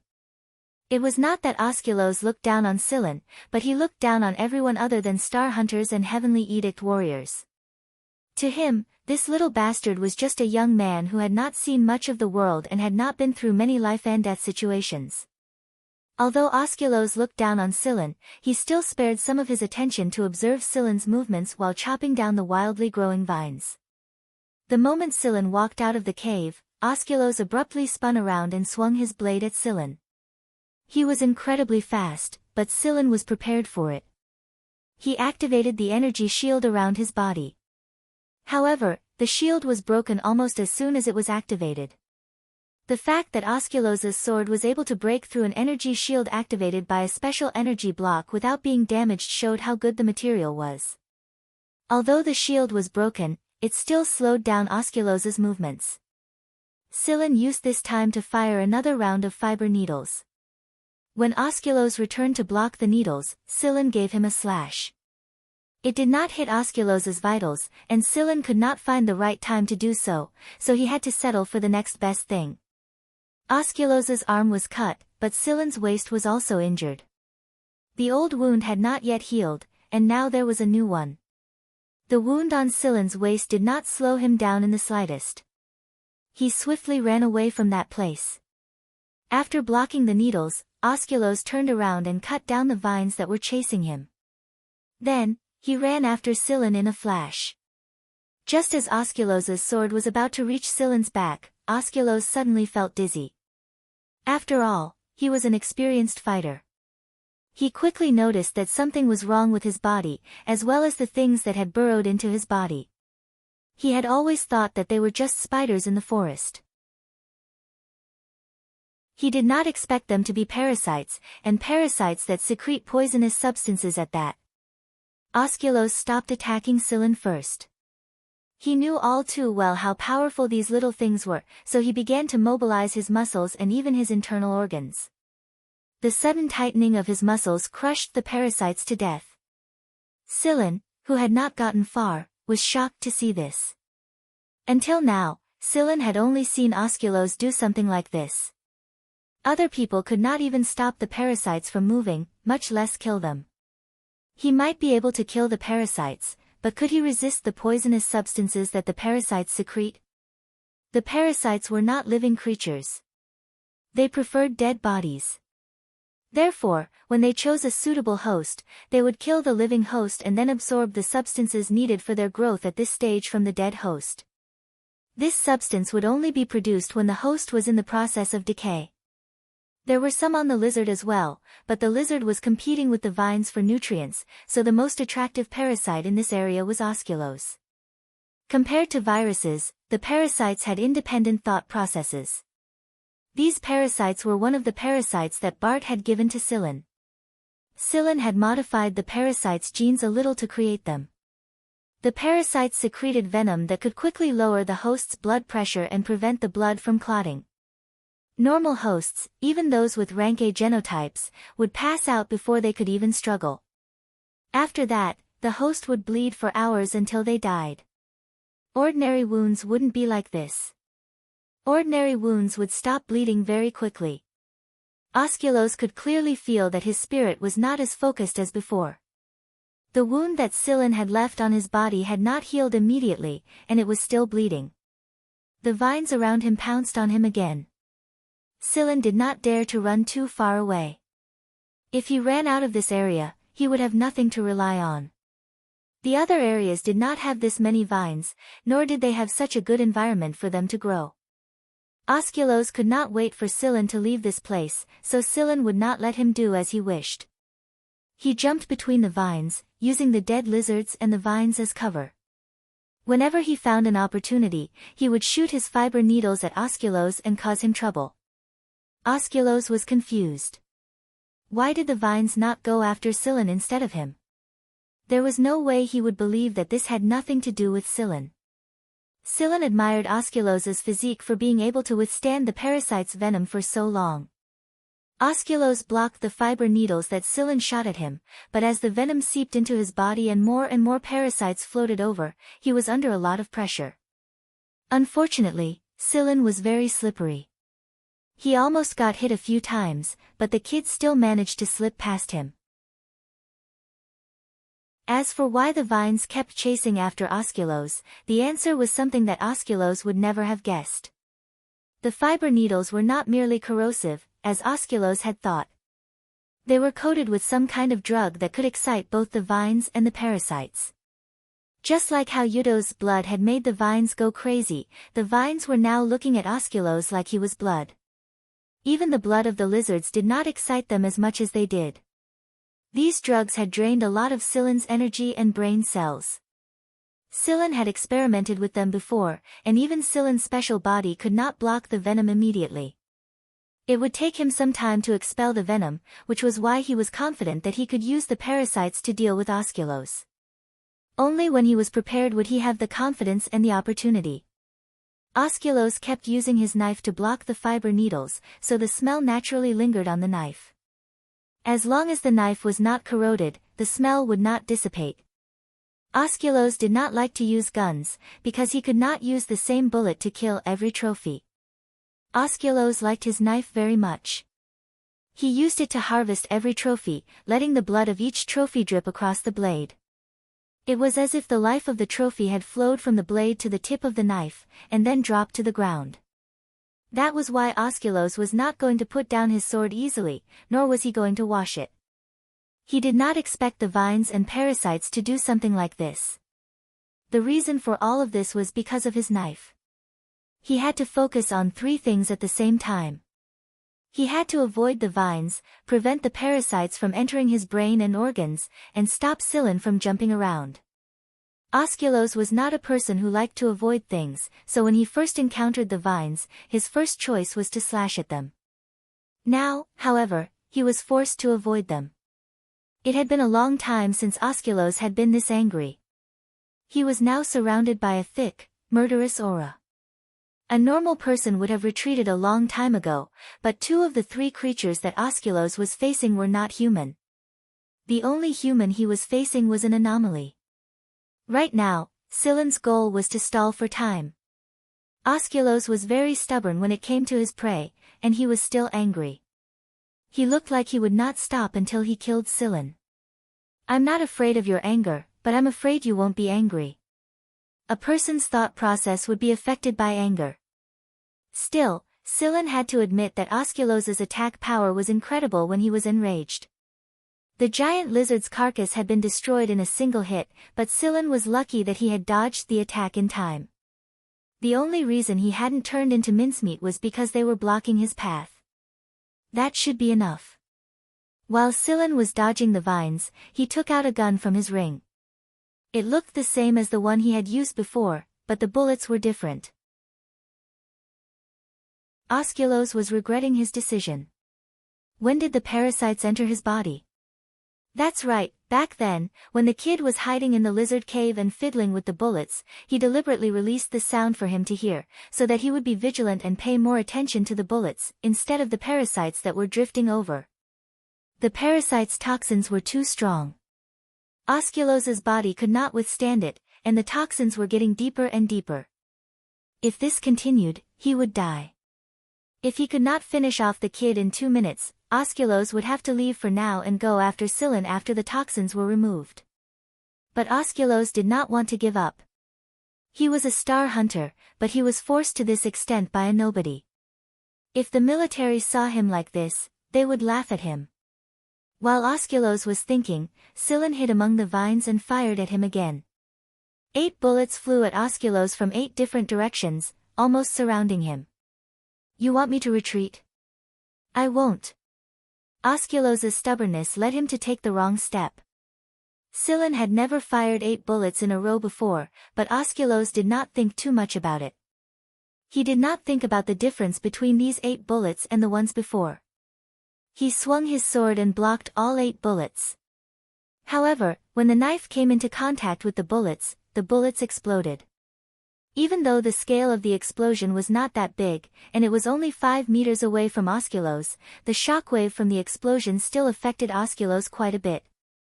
Wounds appeared on his body from the explosions, and blood flowed out of them. Due to the parasite toxin's ability to dilate blood vessels and inhibit blood clotting, a lot of blood flowed out of the wounds even though they weren't that big. Osculos' blood had stimulated the vines, and they swarmed toward Lucian. Osculos was a human, not a steel beast. He knew where his limit was, and the new wounds allowed the poison to spread even further. Osculos had to spend time recuperating and expelling the poison from his body. The blood he had lost had also caused him to lose a lot of oxygen, and his movements were a lot slower than they had been before. Osculos cut down the vines that pounced at him with his sword. He stood there and looked at Scylla, who was jumping between the vines and the lizard's carcass. It felt like he was standing in an even colder place. Scylla saw the look in Osculos' eyes. He knew that Osculos was going to leave for now, but Scylla did not let his guard down. He kept changing his position so that Osculos would not have a chance. The details were the deciding factor. Against someone like Osculos, Scylla could not afford to be careless for even a second. Osculos' hovercraft flew over, and Osculos turned around and jumped. Osculos did not like to retreat, so even if he wanted to leave, he only turned around and jumped with his back to Scylla. He was not afraid of Scylla attacking him from behind. It was hard to say whether Osculos was overconfident or arrogant. Either way, Scylla did not attack him. Right now, Scylla's body was almost at its limit. In order to maintain his high speed and evade Osculos' attack, he injected himself with 3 vials of Riculab's stimulant. 3 vials was the theoretical limit Riculab told him, and 2 vials was already the limit for Scylla and Scylla's group. Any more than that and they would explode and die. Osculos stepped on the treetops and jumped right into the hatch that had just opened. Osculos would not use the hovercraft's weapons against Scylla. The more he hated Scylla, the more he wanted to kill him. Scylla spat out a mouthful of blood as he watched the hovercraft rise into the air. The vines, however, were not excited by Scylla's blood. Scylla had been injected with the relevant drugs, so his blood was still in it. Scylla had also sprayed some on himself, so the vines and parasites were not affected by Scylla at all. After Osculos left, the vines and parasites shifted their target to the dead lizard. Not even Scylla had planned to kill Osculos directly. He was a star rank hunter after all, and even if he was a stubborn, twisted, and dictatorial star rank hunter, he was still a star rank hunter. This time, Scylla realized the difference between them. Scylla leaned against the lizard's body and sat down. He had just caught his breath when he suddenly looked up at the sky and smiled. Osculos, I can only say that you're unlucky today. After Osculos entered the hovercraft, he set it on autopilot and started to recover. He did not like to rely on drugs. Every time he endured a drug or poison, his body would automatically develop a resistance and improve his constitution. Osculos liked this feeling. Just as Osculos was about to recover and expel the poison, he abruptly opened his eyes and enveloped the entire hovercraft with his telekinesis. Normally, Osculos would have made sure that nothing would go wrong, but in his current state, he was still a bit lacking. From a small area to a large area, from the thrusters to the control panel, the invasion program was pretty strong. Osculos stared in a certain direction. A hovercraft had burst out of the clouds and revealed itself. It was none other than Hui Mao and Cheto's hovercraft. Right now, Osculos had to defend against 2 powerful invaders, Hui Mao and Cheto. If Hui Mao and Cheto broke through the defense line, Osculos' hovercraft would go out of control. Or rather, the hovercraft would change owners. The green characters in Hui Mao's eyes were flashing brightly. Cheto wasn't idling around either. Enveloped by Osculos's telekinesis, the hovercraft's magnetic field was a hindrance to Huimao and Cheto. On the ground, Sillin took out a handheld electromagnetic cannon. He had never thought of using this thing against Osculos because it was too weak to lock onto someone like Osculos. But now was the time to do so. Osculos didn't have the spare energy to defend himself against Huimao and Cheto if he wanted to dodge the electromagnetic cannon. If he wanted to defend himself against Huimao and Cheto, he would have to endure the bombardment. So, which one will you choose, Osculos? You can only choose one of them in your current state. A bright beam of white light shot straight at Osculos's hovercraft. In the end, Osculos chose to dodge it. But before he could envelop the hovercraft with his telekinesis again, Huimao had destroyed the hovercraft's energy system. Boom! The flames of the explosion shot out in all directions, even covering the original natural light, startling the animals on the ground and causing them to scurry around. He had to admit that Huimao and Cheto's arrival timing was perfect. They didn't give Osculos any time to recover at all. If Osculos had recovered just a little bit, he would have had a chance to escape. But clearly, the god of fortune wasn't on his side this time. Sillin thinks that Gaidar had predicted this outcome. That was why he said what he said at the time. Sillin flew toward the hovercraft as he watched the debris fall from the sky. Sillin wouldn't feel at ease until he was sure that Osculos was truly dead. The wreckage of the hovercraft landed in the forest, and the forest was ablaze. The rain that had not lasted for long did not make things any better. The trees that could burn were still burning, and the moisture was quickly evaporating. Amidst the flames, a figure pushed aside the uneven steel plate above him and staggered out. The clothes on his body were burnt, and his skin was charred black. However, there was still blood gushing out.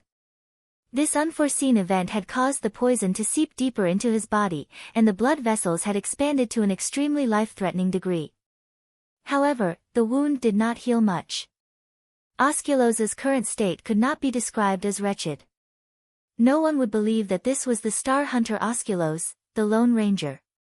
Even though there was not a single part of his body that was unscathed, Osculos was still holding his sword. The blade was still gleaming coldly, and it had not changed in the slightest because of the sudden change.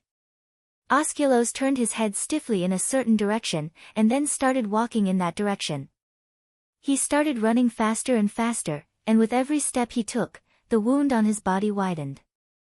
Logically speaking, what he needed to do right now was find a quiet place to recuperate. He should not be doing such strenuous exercise. But right now, Osculos's life and death were no longer his concern. When he sensed that the cunning prey was getting closer and closer, there was only one thing left in his mind: kill the prey. Sensing Osculos's movement, Sillin turned around and ran. He did not expect Osculos to be able to run so fast in his current condition. The distance between the two of them was shrinking. Sillin was already trying to find a way to hide behind the trees, hoping to use them as cover to block Osculos's path. However, he did not expect Osculos to be so agile. It was like the shadow of a black ghost. Only the bloodstains on the ground indicated that such a person had passed through here. Right now, Osculos was like a soul reaper from hell. His aura was terrifying to the extreme. Osculos was getting closer and closer. Sillin could already feel the hairs on his body trembling. I can't escape. If I can't escape, then, when Osculos's blade came slashing at him, Sillin turned around abruptly and ran into Osculos. He swung his wrist blade even faster. Splat! The sounds overlapped, and it was impossible to tell whose flesh they came from. On Sillin's shoulder, there was a 10-centimeter-long wound that extended from his left shoulder to his chest. Sillin's wrist blade was still stuck to Osculos's neck. Drip, drip, blood dripped down in large droplets. Both Sillin's and Osculos's. Sillin had wanted to cut off Osculos's head, but he was surprised that he could not. He had only managed to cut a small wound, and the blade was still stuck there. Fortunately, the artery had been severed. The flow of blood wasn't as intense as a normal person's anymore. Osculos's blood pressure was so low that he was close to death's door, but he still had the strength to chase after Scylla and stab him. A giant claw had penetrated Osculos's heart, and there were 2 hands on the blade. One belonged to Scylla, and the other belonged to Cheto. Without Cheto's hand, the blade would have cut Scylla in half already. If Huemao's claw hadn't penetrated Osculos's heart, he could have delivered another blow. It was a close shave, and every factor was critical. Splat! Huimao crushed Osculos's head with a single swipe. The headless Osculos was standing tall despite being stabbed in the heart. The blade in his hand trembled a little, but it didn't loosen its grip. It looked like he was going to stab Scylla again. Osculos was a legend. He didn't rely on any force or organization, and he had fought his way to the top all by himself. More than half of the violent groups and underground organizations in the League of Stars had Osculos's shadow behind them. Or rather, Osculos was the one who created them and allowed them to usurp power from the older generation and become a special underground force in the League of Stars. However, Osculos had never stopped for a single person. He was a stubborn loner who brought blood and took it with him. A man like him was destined to die a tragic death in this era. Even if he didn't fall into Scylla's hands today, he would one day fall into the hands of the military or the cunning politicians. Osculos's existence was to keep the leaders of the underground forces in check. They weren't afraid of the military or the 4 great hunter regiments. They were only afraid of one person, and that was Osculos. Once Osculos was gone, the entire underground force would descend into chaos. What would happen to the League of Stars then? Scylla collapsed to the ground. Even though Osculos's final attack hadn't been complete, it had still dealt a heavy blow to Scylla. If it was someone else who suffered such a wound, they would probably have died. Huimao kicked the headless Osculos aside and transformed back into his metallic form. Then, he ran up to Scylla and circled him. "Are you alright, Scylla? Are you going to die? Do you need some blood? Do you need?" Cheto sprayed some medicine on Scylla's wound and stopped the bleeding first. "Alright, don't touch me for now. I'll recover on my own." After that, Scylla closed his eyes and fell into a deep sleep. Huimao crouched down and looked at Scylla. Then, he moved closer to Scylla and pricked up his ears to listen to Scylla's heartbeat and breathing. Then, his ears drooped. Things didn't look good. We suddenly remembered something and ran back to Osculos's side. Then, it turned around and ran back to where Osculos was. Osculos was still gripping his sword tightly in the same position as before. There was the sound of flesh being torn apart, followed by a burst of energy. Then, there was a loud bang, followed by Huemao's angry voice. "Meow meow. What kind of sword is that?"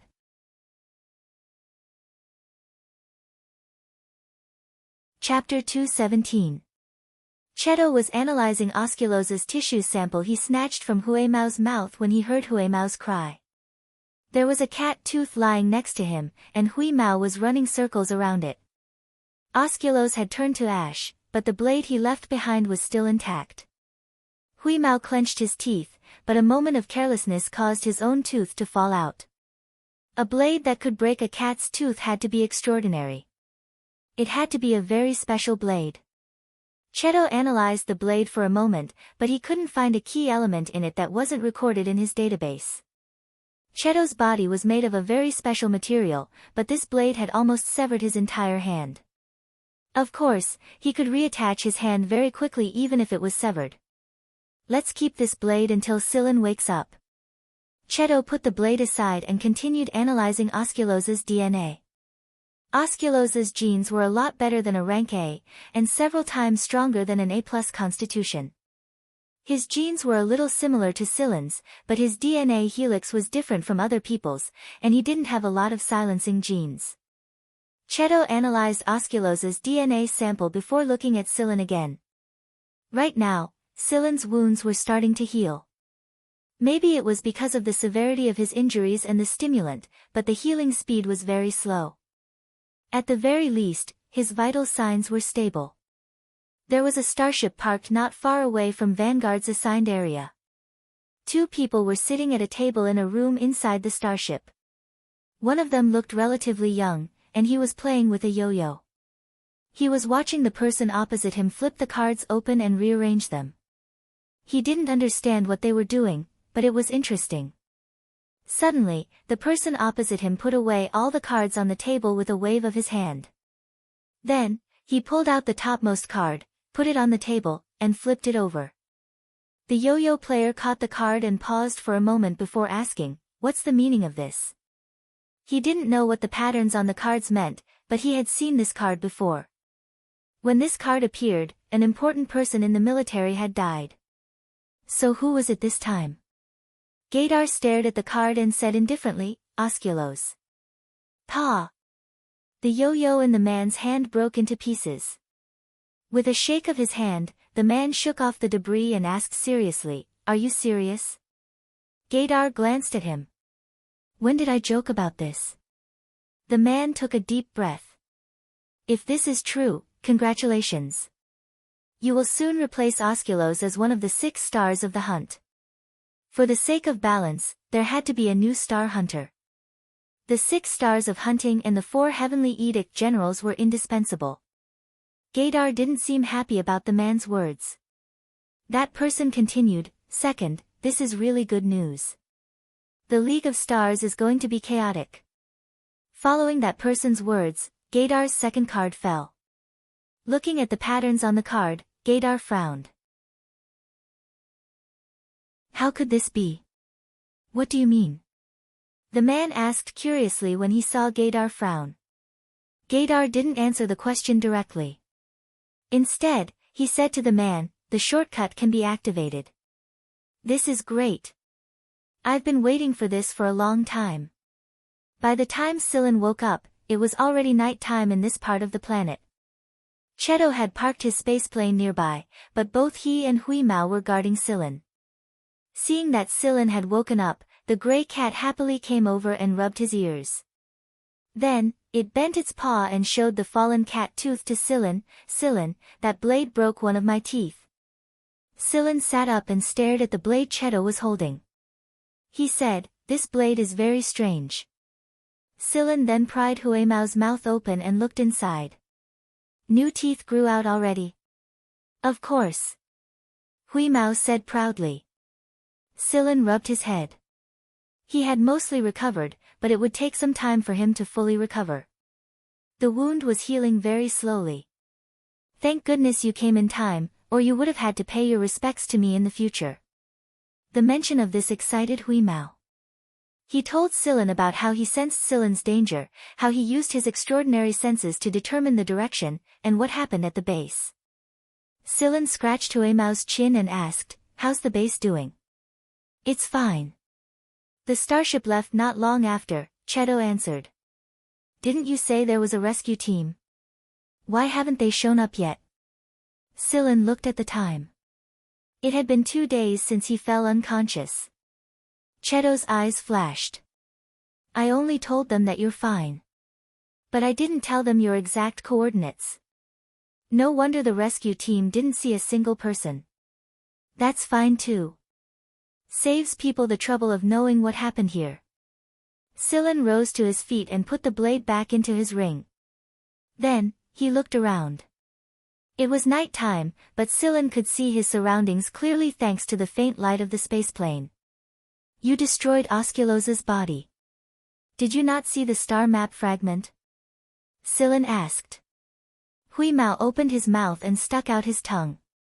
There was a ring on it, but it was gray and dull. It looked very ordinary. "A subspace container? It didn't collapse even after you tossed it around like that?" Sillin picked up the ring and flicked its ears. "Am I that stupid?" Huimao raised his chin proudly. Sillin curled his lips inwardly. "Who knows?" He took out the star map from inside the ring and left the other items untouched. Then, he tossed it back to the gray cat. "Keep this ring for yourself and store your fish biscuits. However, don't touch the memory cards and materials inside, or trouble will come looking for you."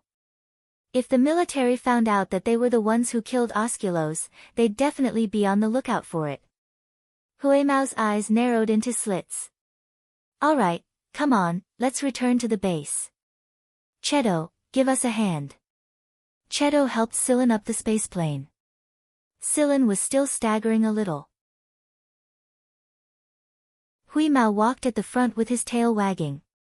But before they boarded the spaceplane, Sillin, Cheto, and Cheto looked up at the same time. Who's here? Huimao looked up and flicked his ears. Whoever it is, it's not from the 6th Division, Sillin said. Cheto's eyes flashed. There's an external signal requesting communication. Connect.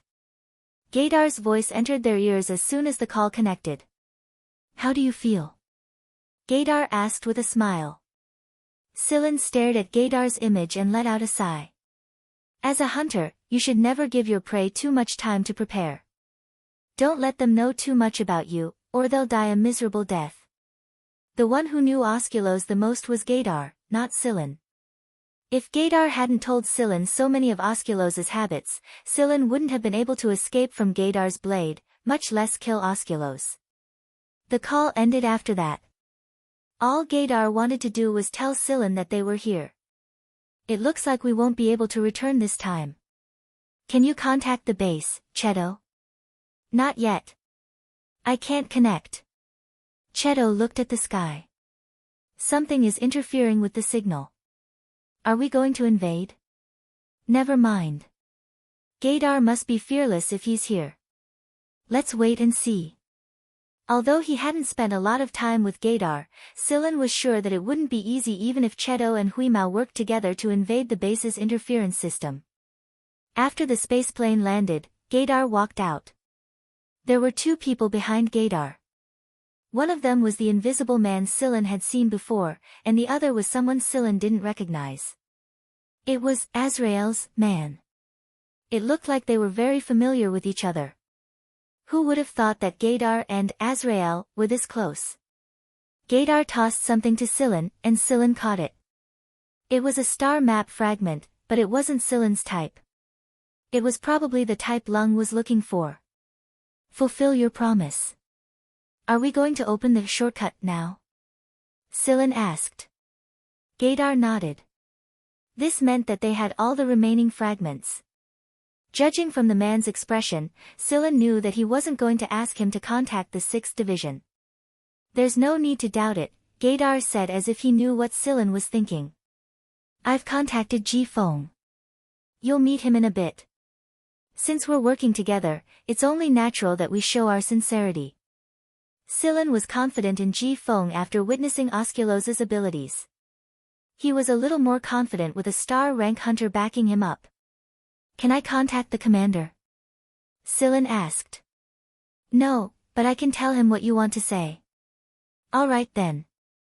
Tell the commander to bring Sigma over, Shui Moyan said. Sigma? I don't know who you're talking about, but I'll grant your request. Gaidar shot a glance at the man playing with a yo-yo next to him. The man gave him a, "there's nothing you can do about it," expression before returning to the spaceplane. A short while later, the man returned to his spaceplane. I've conveyed the message. Then, he returned to his yo-yo. By the time Ji Feng arrived, it was already daytime in this area. Ji Feng had brought 5 people with him, all core members of the A-Team. When they learned that Sillin and Huimao had killed Osculos, the A-Team members behind Ji Feng stared at Sillin as if they'd seen a ghost. Ji Feng, however, simply smiled. Someone like Osculos would have done it sooner or later. That said, congratulations, Gaidar. You're about to become a star hunter. It looked like everyone had seen it clearly. However, the way Ji Feng looked at Sillin made Sillin's hair stand on end. It reminded Sillin of Elder Mo Heng.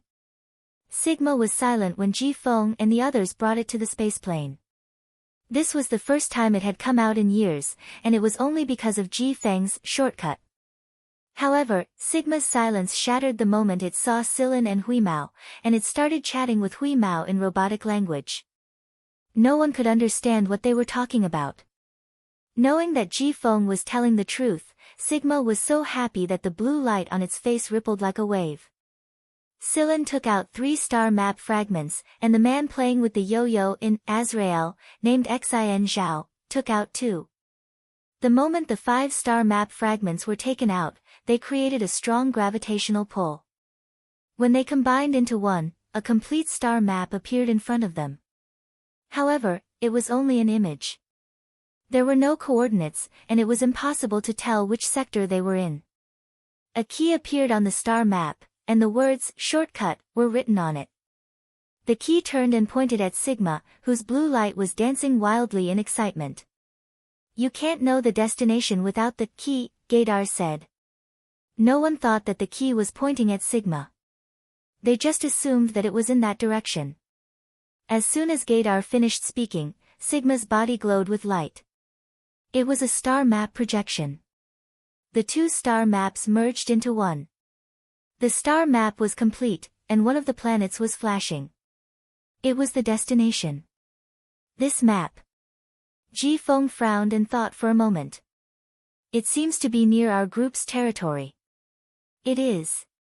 Xin Zhao said, Juno just searched this star map, and it is indeed near Vanguard's territory.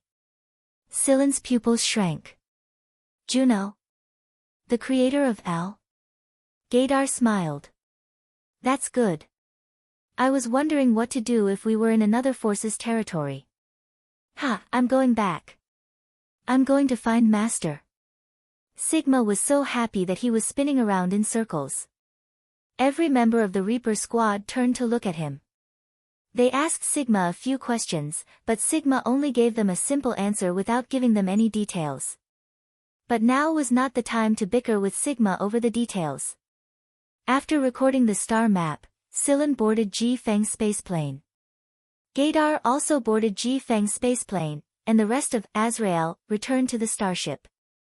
Back on the spaceplane, Ji Feng told Sillin about Osculos's death. He was very satisfied with Sillin's performance, and the look in his eyes was even more similar to Mo Heng's. At the same time, Sillin learned from Ji Feng that the people who attacked the 6th Division's base were from the mist. The base didn't suffer much damage, and there were no casualties. Now that Osculo is dead, there will be chaos in the League of Stars. Those who were suppressed by Osculo will definitely make a move now that the shackles are gone. After the shortcut incident, everyone needs to be prepared for it. Ji Feng's words were directed at Sillin. Sillin was the one who made most of the decisions in the 6th Division, and Shotten's influence was gradually losing to Sillin's. Moreover, many people in the A-team thought that Sillin had long since replaced Shotten's position. Ji Feng's attitude showed how much he valued Sillin. If it weren't for the fact that Sillin was unwilling to be promoted to the A-team, Sillin would have been promoted a long time ago.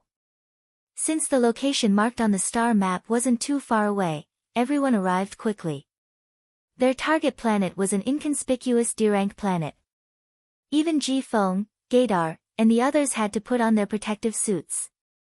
Sigma and Whis took the lead and ran at the front. Everyone looked at them with envy. This was the benefit of being non-human. Hui Mao and Sigma didn't need to do much scouting and analysis before they found the planet. It was an entrance, and after passing through the entrance, everyone realized that the entire planet was a machine that could create a warp jump point. Sigma was the one who activated the machine, and it knew some of the commands it had stored in its memory since a long time ago.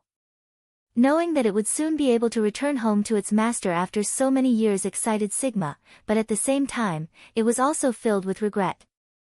Sigma wouldn't have felt this way before they met the people of the 6th Division.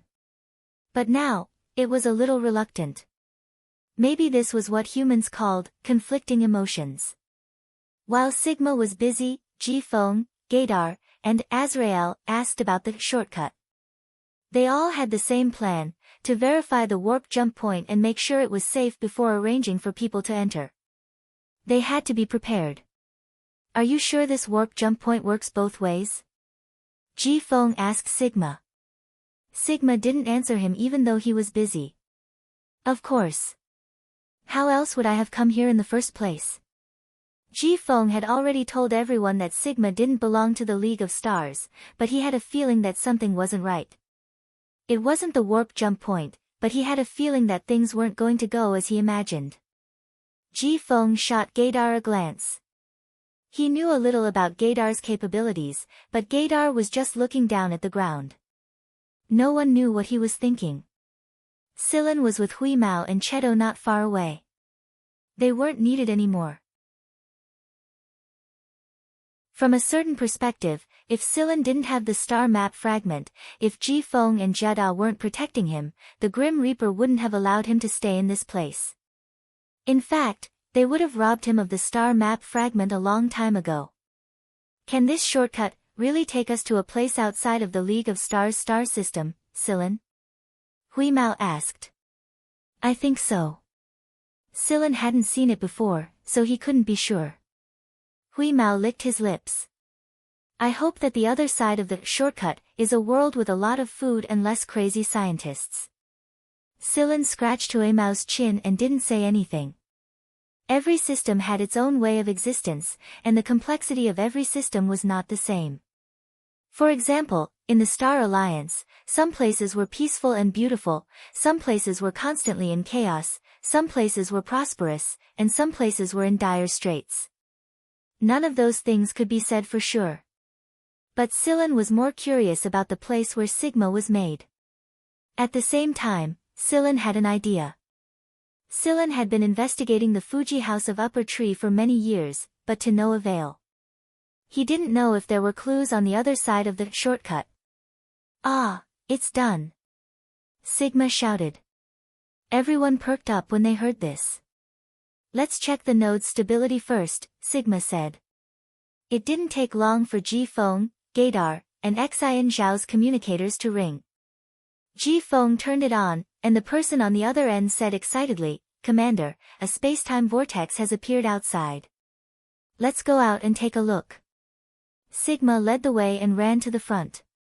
Since Sigma had gone out, the people inside followed suit. However, Sillin suddenly had a strange feeling in his heart. When they went out, the spacetime vortex in the air was very clear, and it looked like it was growing bigger and bigger. So this is the shortcut. Hui Mao exclaimed as he looked at Sillin. Hui Mao was so shocked that all the hair on his body stood on end.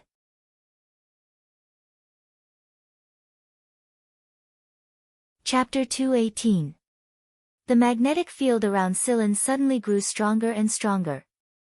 Moreover, the space around Sillin's body had already started to distort. Sillin finally understood why he was feeling so strange. The curly leaf pattern on his finger was reacting to the open spacetime vortex. An enormous suction force pulled Sillin towards him. To be more precise, the suction force was directed towards the leaf curl pattern. However, Sillin, who was stuck to the leaf curl pattern, had become the one receiving the suction force. A green light appeared from the curly leaf pattern and enveloped Sillin entirely. Sillin was standing at the back of the group. After all, the front was reserved for people like Gaydar and Ji-Feng, so Sillin stood at the back of the group on his own accord. Right now, everyone was looking at the spacetime vortex in space, and no one was paying attention to Sillin. That was why no one had noticed the anomaly at the beginning. When Hui Mao turned his head to look, the light had just come out from the curly leaf pattern. The light gave Hui Mao a very frightening feeling. Hui Mao often acted on instinct, so when he saw the light, a thought appeared in his mind: Sillin is going to the other side of the spacetime vortex. That was why Hui Mao jumped over and hugged Sillin's arm with his claws. His tail was also tightly wrapped around Sillin's arm.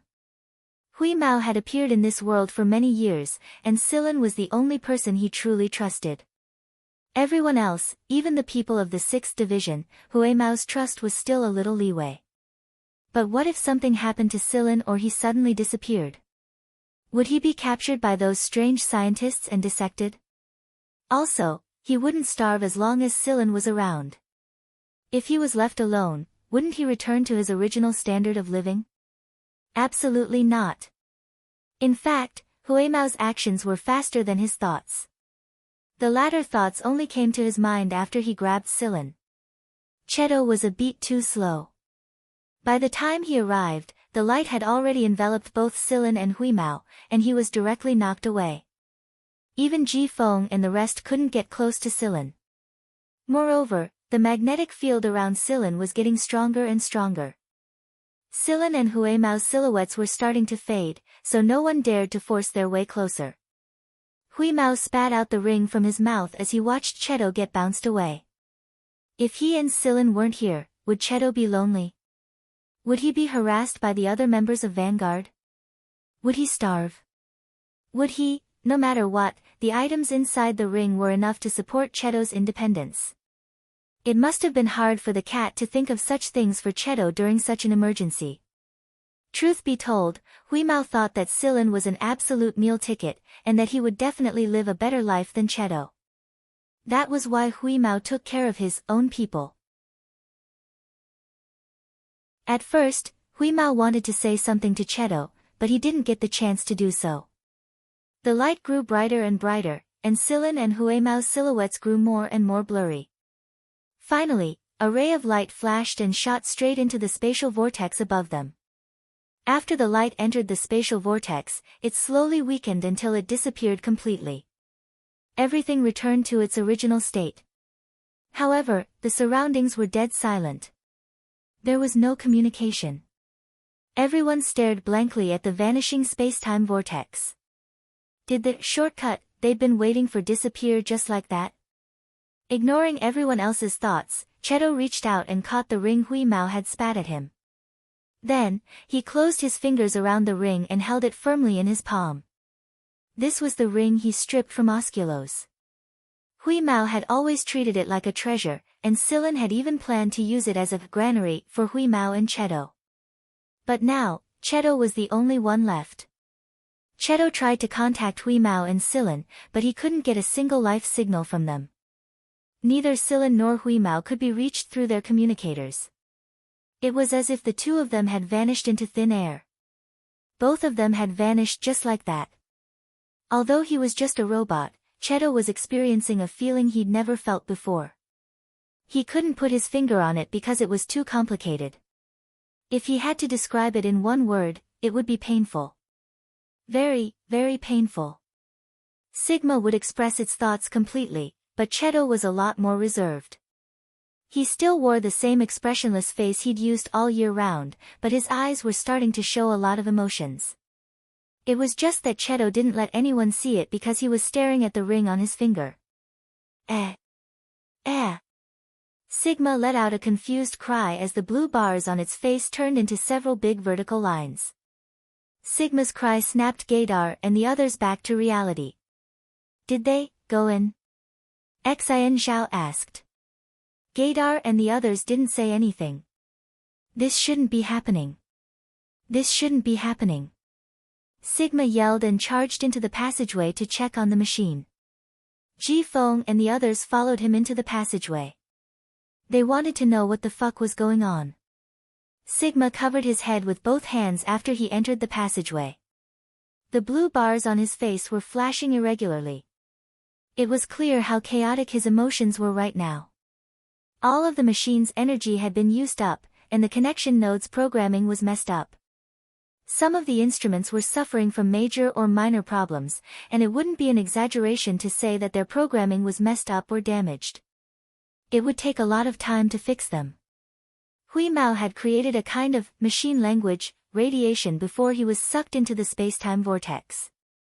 Even Cheto and Sigma were affected for a moment, but they were special enough to survive it. The same couldn't be said for the other instruments. Be it the spaceplanes parked not far away or the instruments inside the planet, everything was affected and their programming was messed up. Even Death's starship, which had retreated relatively far away because of the space-time vortex, was affected and lost control for a while. Sigma sobbed as he stared at the instruments. Then, he looked at Cheto and asked, "What do we do? We can't use the shortcut for now. How long will it take before we can use the shortcut again?" Cheto asked. Ji Feng and the others were also listening attentively. Probably 3 to 5 years. I can't say for sure. But Sigma stared at the string of characters and a flashing icon on the central screen. In the end, he let out a sigh and didn't finish his sentence. Both Gaydar and Ji Feng asked Sigma some questions, but the answer they got was ridiculous. Silen and Wiz might have been sent to the other side of the space-time vortex. I don't know why, Sigma said with a frustrated and aggrieved expression. Its trip home was ruined, and both Silen and Huimao were gone. It was going to be lonely. Silen didn't know what the others would think after he left.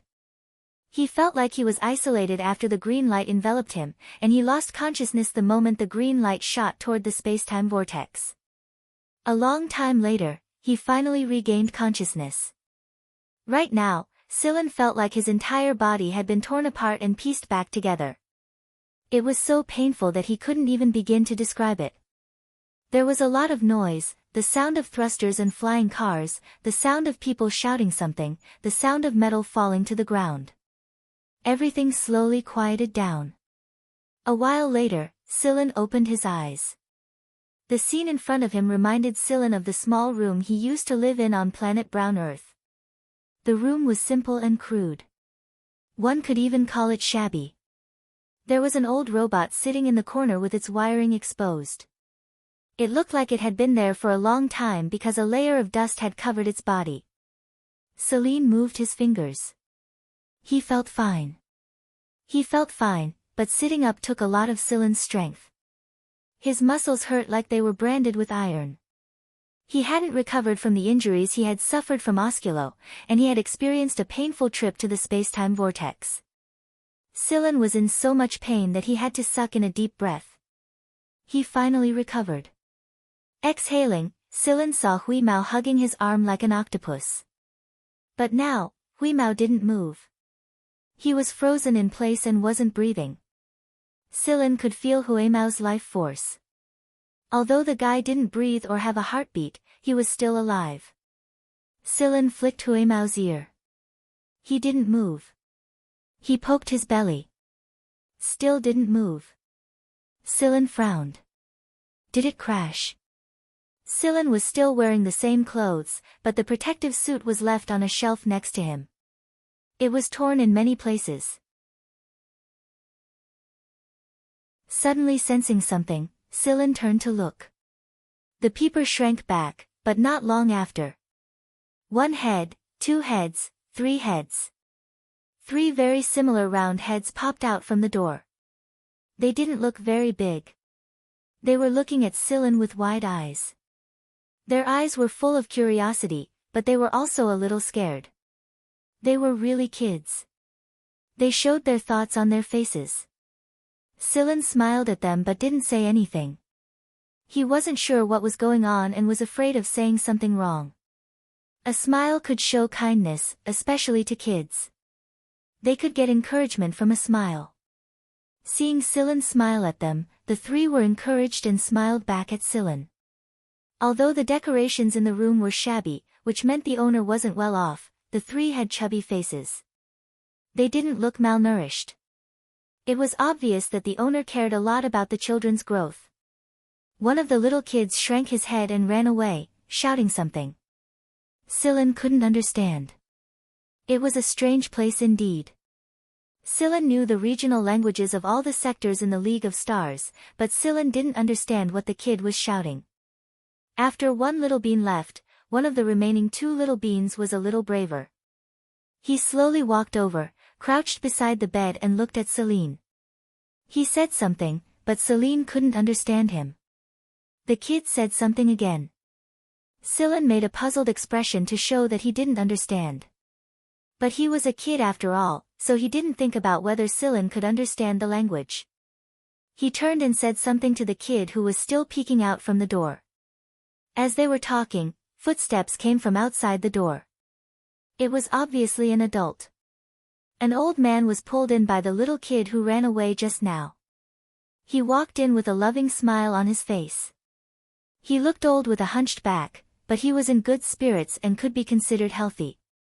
His hands were rough and full of calluses. When he saw Silen sitting up, he said something. Silen looked at the old man in puzzlement, showing that he didn't understand what they were saying. Even the other little kid pounced on the old man, pointing at Silen and saying something. Old Chang was repairing the machine when his grandson ran over to say that the person they brought back was awake. He was sitting on the bed and smiling at the three of them. Old Chang put down the work in his hands and was pulled by his grandson by the finger. Because it was the triplets' birthday, Old Chang promised to take them for a trip outside the planet. A few days ago, he took a trip outside the planet in his broken little spaceplane. But on their planet, they couldn't afford the energy consumption of the spaceplane, not to mention the quality of the spaceplane, and not to mention whether it could perform long-distance navigation and warp-speed flight. It was already good enough for a family like theirs to barely maintain the maintenance costs of an old spaceplane. To solve the problem of energy, Old Chang had saved up for a long time to make this trip. And with the condition of their spaceplane, they couldn't leave the planet at all. They could only fly around symbolically. Fortunately, his grandson had sharp eyes and saw the person floating in space. Because Silen was wearing a protective suit at the time, Old Chang automatically classified Silen as an engineer working in space. Space missions were dangerous. One careless mistake and one would be thrown into space and then abandoned. Old Chang knew many situations like this. Many engineers died in space like this. The rich would use maintenance robots, but the poor could only rely on manpower. They couldn't afford that kind of maintenance robot, and they didn't trust the cheap maintenance robots. So, more people who couldn't afford it tended to hire maintenance engineers to complete the work in space. The money they earned was earned with their lives on the line. When Old Chang was young, he also did such things. But now that he was old, he couldn't let go of the little ones at home. He didn't come into contact with such things anymore and just focused on his current job. Old Chang also saw Hui Mao wrapped around Silen's arm. Old Chang sighed. It wasn't easy to have such a loyal pet. Unfortunately, when they found this person, Hui Mao was already stiff. It must have been dead for a long time. If Hui Mao knew what Old Chang was thinking, he would definitely be furious. Old Chang had never seen the type of protective suit Silen was wearing before. Old Chang guessed that this person might not be from this planet. But Old Chang was someone who had done space maintenance work, after all. He had a good impression of Silen. When he saw Silen's age, he felt even more sorry for him. Such a young man actually took on such a dangerous job. If he hadn't met them or if his protective suit hadn't been torn, he would have been dead. Silen's protective suit was only torn after Old Chang rescued Silen. Otherwise, he wouldn't have been able to save Silen. He wouldn't even have been able to feed him the pills. According to his grandson, this person seemed a little slow, but Old Chang felt that this young man didn't understand what they were saying. After thinking about it, Old Chang switched to a different language. He spoke in the imperial capital's language with a strong accent, which was also the common language of the empire. Can you understand me? Silen really did understand these words. At the same time, Silen was shocked. This was very similar to the language that Genya taught him when he was young. Genya said that it was the language of his hometown, but Silen hadn't found such a language in the League of Stars. He didn't expect to be able to hear it here. Yes, I can understand some of it, Silen said tentatively. Hearing Silen's words, Old Chang's eyes lit up. So you're from the Imperial Capital Star region? Silen scratched his head, looking embarrassed. In fact, he had no idea what the Imperial Capital Star region meant. Seeing that Silen didn't deny it, Old Chang classified Silen as a young man who grew up in the Imperial Capital Star region but came from a poor family. For some reason, he had to carry out a dangerous job. Usually, only people from the Imperial Capital Star region would have such a standard pronunciation. In other star regions, there were very few people with such a standard pronunciation. This was very difficult to fake. At least, in all these years, Old Chang had never heard of anyone on this planet who could speak such a standard imperial capital language. You're a mechanical engineer, right? You can say that. Old Chang looked at Silen with a pitiful expression. It wasn't easy to make a living in the imperial capital. Since he had come to such a small place, he must have been forced to do so. Sigh, poor child. Sillin maintained his most superficial smile, but when he saw old man Chang's expression, which was 70% pity and 30% affection, the corner of his mouth twitched again and again. My surname is Chang. You can call me Grandpa Chang like the kids around here, old Chang said as he handed Sillin a glass of water and a few pills. Celine took the pill and ate it immediately. Then, she thanked old man Chang. Old Chang smiled happily when he saw Sillin eat the pills so readily. If it were anyone else, they would have studied the pills for a long time with suspicion. Old Chang didn't know that when Sillin took the pills, he immediately analyzed the ingredients of the pills. They were all basic tonics, which was why he ate them so readily. If old Chang knew the truth, would the hearts of all the old people on the ground be broken? My name is Sillin. Sillin didn't say much. He only said that he was alone. Old Chang chatted with Sillin, and Sillin got a brief understanding of the family's situation. The 3 little kids that Sillin met were 5-year-old triplets. They were 6, 7, and 8. Old Chang directly called them Little 6, Little 7, and Little 8. There were no other names. The situation here wasn't good. The survival rate of a child in a family was too low, so every family would save a lot of children. Because of the high mortality rate, people here usually didn't give their children official names. They would only give them other names when they grew up or under special circumstances. Old Chang's wife passed away early. They finally had a capable son, but he left them because of an accident. His daughter-in-law had been working hard to give birth. After his son passed away, she became thinner and thinner. After giving birth to the triplets, she passed away. Old Chang and 6 children were left behind. Why did he say 6 children?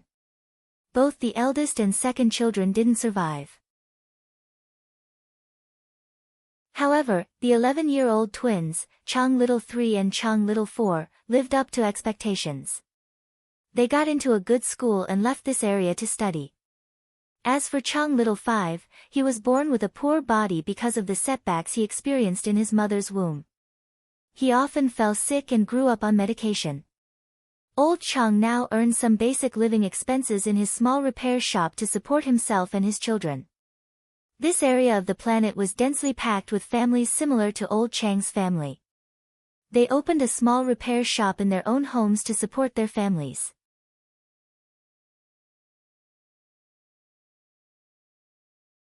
Chapter 219. Early in the morning, Old Man Chang had already opened his small repair shop. In this area, most people did not have the extra money to buy another shop, so they all converted part of their houses into shops.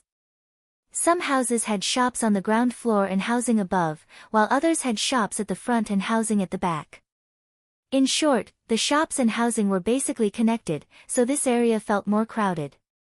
There was no pattern to the distribution, and from a high altitude, it looked like the ground was cracked randomly. The surrounding houses were not tall, mostly 2 or 3 stories, and there were fewer 5 or 6 stories.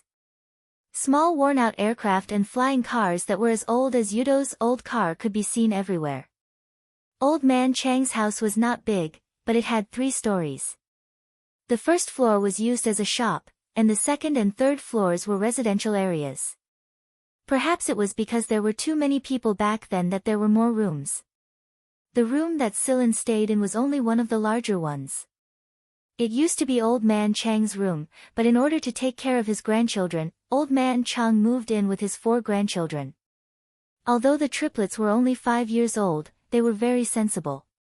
Despite their young age, they helped Old Man Chang a lot. Just like now, after Old Man Chang opened the shop, Chang Xiaolu and Chang Xiaoba helped to deliver parts and clean the machinery. When they saw that Old Man Chang was tired, they would bring him a glass of water. Chang Little 8 was with a girl. She was the child who hid behind the door and did not approach Sillin from the start. He was not as open to strangers as his 2 older brothers, but one could tell from the look in the little fellow's eyes that he was actually a clever child. "Grandpa," little Seven went to bother that big brother again. "He's not coming to work." Chang Xiaoba handed old man Chang a glass of water and complained with a pout. In the past, the triplets worked together, but now only Chang Xiaolu and Chang Xiaoba were here to help. That mischievous little Seven had run away again. Old man Chang rubbed his granddaughter's head and said with a smile, "It's fine. I told little Seven that he can watch from the side, but don't disturb his rest. Little Seven will come down later when he's bored." Old man Chang knew his grandson well. Silen was sleeping most of the time, so he could recover faster. Therefore, if Chang Xiaoba went, Silen would most likely be sleeping, and no one would pay attention to little Seven. This way, little Seven would not be able to stay idle.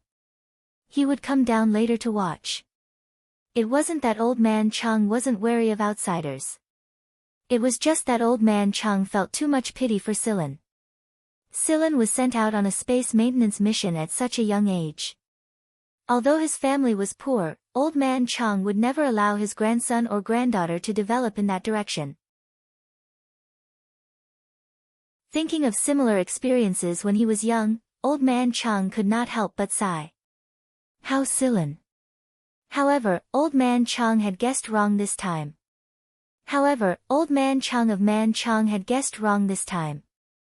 Out of curiosity, Chang Xiaoqi went upstairs to check on her big brother who was eating, sleeping, and taking medicine all by himself. The first thing she saw was a gray cat squatting on the short table next to the bed. Because old man Chang couldn't get away from work, he basically prepared food and pills here and put them on the table. When Silen woke up, he could eat them directly. Now, Chang Xiaoba saw the cat, who had been judged dead for a long time, squatting on the low table and eating the food prepared for the patient. Chang Xiaoba's mouth was wide open, and he was a little stunned. Noticing the movement on Chang Xiaoba's side, Huimao raised his head and glanced at Chang Xiaoba listlessly. After determining that there was no threat, he continued to bury his head and eat. Originally, Chang Xiaoba wanted to call Grandpa and Little 6 and Little 8 to come and see, but he remembered that Grandpa had said not to make a noise in front of the patient. However, Chang Xiaoba was now very curious and did not want to leave. After all, he was a child, and it was difficult to suppress his curiosity. Chang Xiaoba looked at Huimao, and then carefully and slowly moved to the side. Until Chang Xiaoba walked to the side of the low table, Huimao did not raise his head, but his ears moved along with Chang Xiaoba's movements. Chang Xiaoba bit his finger, and seeing that Huimao did not look at him, he lowered his voice and whispered, "Kitten." Huimao's ears flickered, but he still did not raise his head. There were two reasons why Huimao ignored Chang Xiaoba. First, it was eating, and was not in the mood to pay attention to this little brat who had almost zero fighting power. Second, it did not understand what this little brat was saying at all. Chang Xiaoba continued to bite his finger, and shouted twice, but seeing that Huimao still ignored him, he became bolder, and raised his chubby little hand, which still had a dimple, towards the cat's head, and poked. After poking, he immediately withdrew his hand. This little brat still had this bit of intelligence. Huimao finally raised his head and glanced at Chang Xiaoba. His eyes were still in a lazy half-open state, and his mouth was still chewing. He lazily blinked his eyes, lowered his head, and continued to fight with the food. Chang Xiaoba was now full of energy, and after Huimao lowered his head, he continued to poke. However, this time he did not poke. Just as he was about to poke the cat's head, Huimao raised his front paw and slapped it down, then stepped on it. Huimao did not extend his claws. After being in contact with humans for so many years, he still had a basic understanding. After this series of actions, Huimao still did not raise his head, and continued to step on Chang Xiaoba's chubby little hand, and continued to bury his head in his food. Chang Xiaoba, who had his chubby little hand stepped on, did not cry, but instead chuckled. It did not hurt. Of course it did not hurt. Huimao did not use much force, nor did he extend his claws. Instead, the soft pads of flesh on the sole of his foot made Chang Xiaoba feel very comfortable. Chang Xiaoba's guts grew, and his playful heart grew. He pulled out his chubby little hand, and then immediately covered Huimao's soul. Huimao finally raised his head again, stuck out his tongue, and licked his lips, and looked towards Chang Xiaoba. Right now, the little brat was happily looking at him. He yawned lazily, and habitually prepared to lick his paw, but he realized that the situation was not right, so he pulled his foot out from under Chang Xiaoba's chubby little hand, licked it, wiped his face, and then covered Chang Xiaoba's chubby little hand again. Chang Xiaoba laughed happily, pulled out his hand, and covered Huimao's paw again. Huimao, so, when Silen woke up, he saw these two childish guys playing a paw-folding game. Silen dared to bet that this cat was definitely not fully awake, otherwise it would not be so patient to fold a little bean's palm. Chang Xiaoba, on the other hand, was so happy that he wanted to jump up. Alas, childish kids are much happier.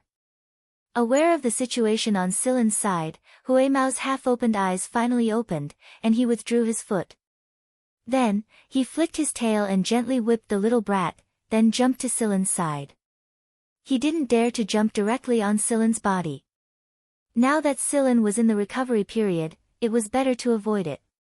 Silen, you're finally awake.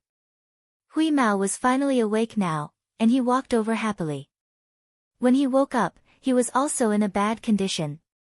He checked around and found that there were a lot of mechanical products around, but they were all low-end goods. He didn't know where he was. He didn't have the mind to care too much, but after eating some food, he had recovered a little. Chang Xiaoba bit his finger and looked at them, not understanding Huimao's words.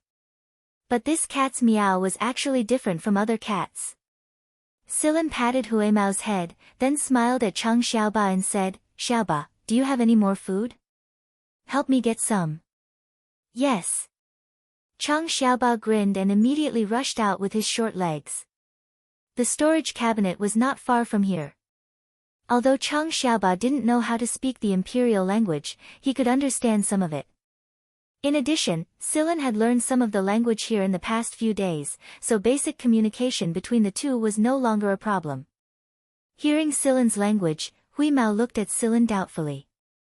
"I've never heard the language you're speaking. This isn't the League of Stars.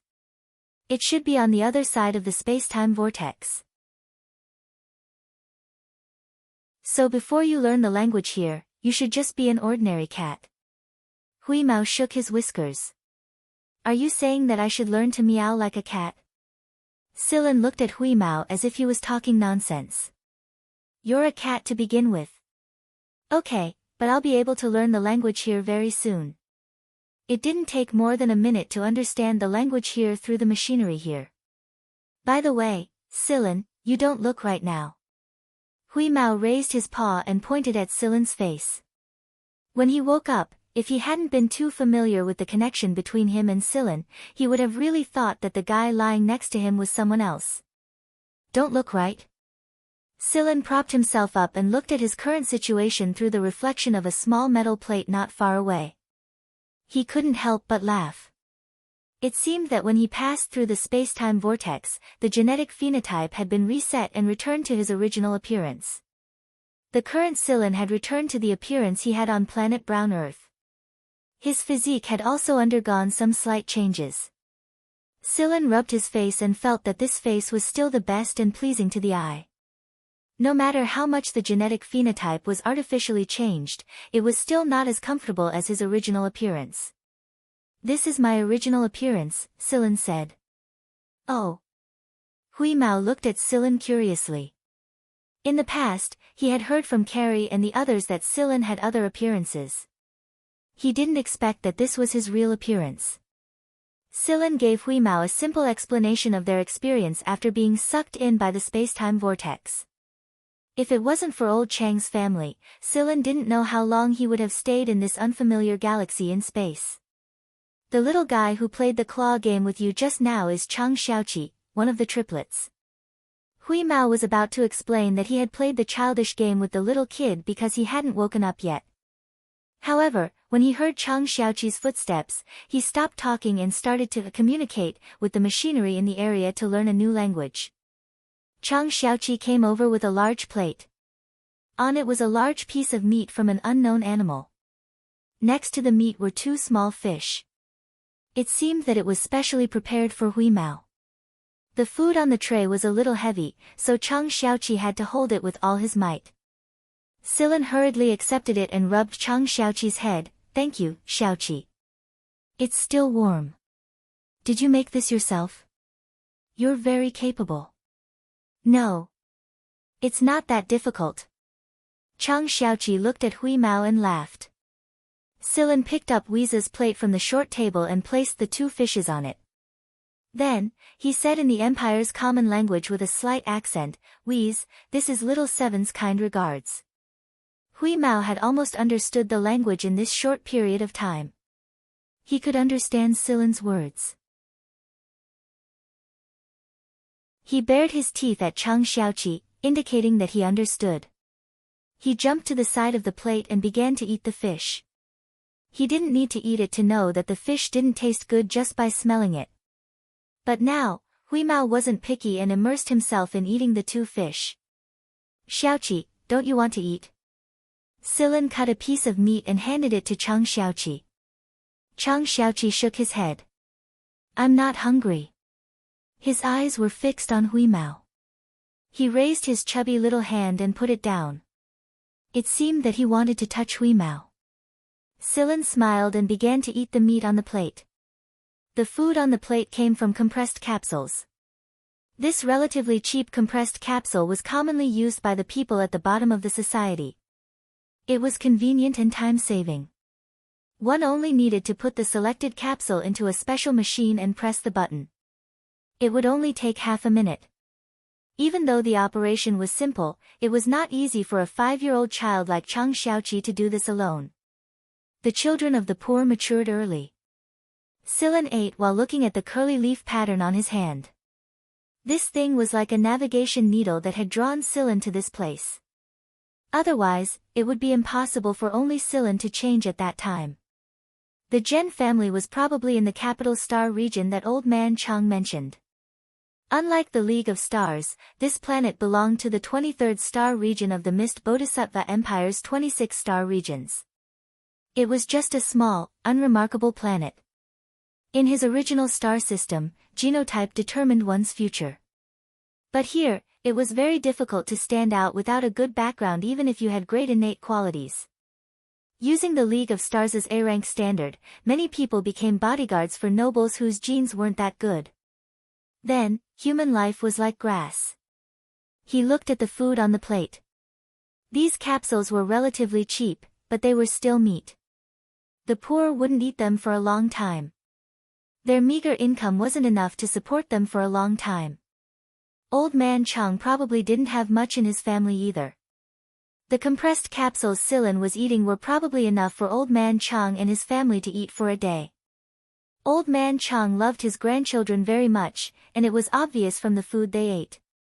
Adhering to the principle of suffering everything, but not the children, old man Chang had spent a lot of effort on this group of children.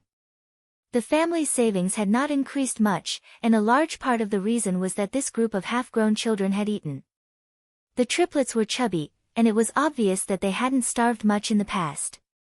Chang Xiaoqi watched happily as Huimao finished the two fish. Huimao didn't hesitate to say, "Thank you," to Chang Xiaoqi after he was done eating. He spoke in the local dialect perfectly. Chang Xiaoqi's eyes widened as he pointed a chubby finger at Huimao. You can talk." Huimao licked his paws and wiped his mouth. "Why can't I talk?" Chang Xiaoqi didn't answer. But when he saw Huimao's silly smile, he thought of something and ran downstairs. "Grandpa, little 6, little 8, there's a smart cat here." The corner of Silen's mouth twitched. It seemed that in the eyes of these little kids, a handsome guy like him was far inferior to the foodie Huimao. When Huimao heard the words smart cat, he immediately classified Chang Xiaoqi as someone who had a discerning eye for talent. He squatted there and raised his chin, looking like he was an elite. Old man Chang, who was repairing the machinery, put down his work, wiped his hands, and walked upstairs. Next to him, Chang Xiaolu and Chang Xiaoba, who were helping him, immediately rushed upstairs when they heard Chang Xiaoqi's shout. They were surprised to see the cat, which had been thought dead for a long time, squatting on the low table proudly. Old Man Chung, in particular, carefully tapped the cat. At first glance, it didn't seem different from other cats, but when he observed it closely, he found that it was very spiritual. "Grandpa, Grandpa." Chang Xiaoqi took Old Man Chang's hand and said proudly, "The kitten said hello to me." Chang Xiaolu and Chang Xiaoba's eyes lit up. There were people on their street who had pets that they could talk to, but those families treasured them. The triplets had only seen them from afar a few times, but they had never gotten close to them. When they heard Chang Xiaoqi's words, Chang Xiaolu and Chang Xiaoba couldn't hold themselves back. They surrounded Hui Mao and chattered. When he heard the triplets' praise, Hui Mao raised his head and puffed out his chest, pretending to be serious. Then he said in a standard dialect, "Hello." Glancing at Hui Mao, who looked serious, but who knew if Hui Mao's heart was already fluttering, Silin curled his lips. "What a moron." Silin introduced Hui Mao to Old Man Chang and the others again. "This is a pet that I met by accident a few years ago. It has been following me ever since. Its name is Wheeze." When he heard Silin's words, Old Man Chang didn't think too much about it. He smiled and watched the triplets talk to Hui Mao. However, he was still a little surprised that this cat could speak in the local dialect. Silin explained that this was because he had met some people on this planet before, and Hui Mao had learned this accent from them.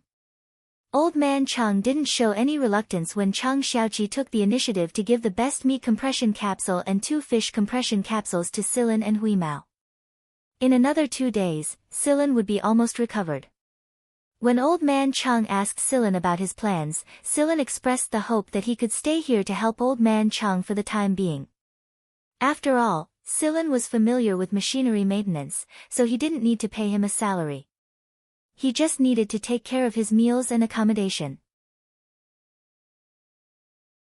He couldn't go to the imperial capital for the time being.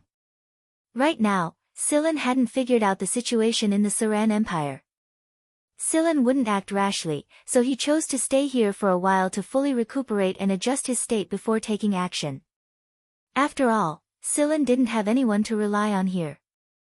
Old Man Chang was very happy that Silin could stay and help. There were also empty rooms in the house. It was a burden for Old Man Chang to feed an adult and a cat, but with Silin's help, the harvest would be greater. However, Old Man Chang insisted that he would pay Silin a salary. It wasn't good for a young man to have no money. Silin and Hui Mao stayed. The happiest were the triplets, so they could play with the kitten. The triplets cheered, and Old Man Chang smiled at the 3 little guys, his eyes full of love. Silin couldn't help in his current condition, but Hui Mao could. So after lunch, there was a scene in the shop. 3 little kids followed behind a Hui Mao, moving parts. However, Old Man Chang did save a lot of effort. When a part was needed, Hui Mao and the triplets took it from the parts rack. The model was also very accurate, unlike before, when Old Man Chang had to describe it in detail before the triplets could get the correct model. Old Man Chang was happy. It seemed that this cat wasn't just for show.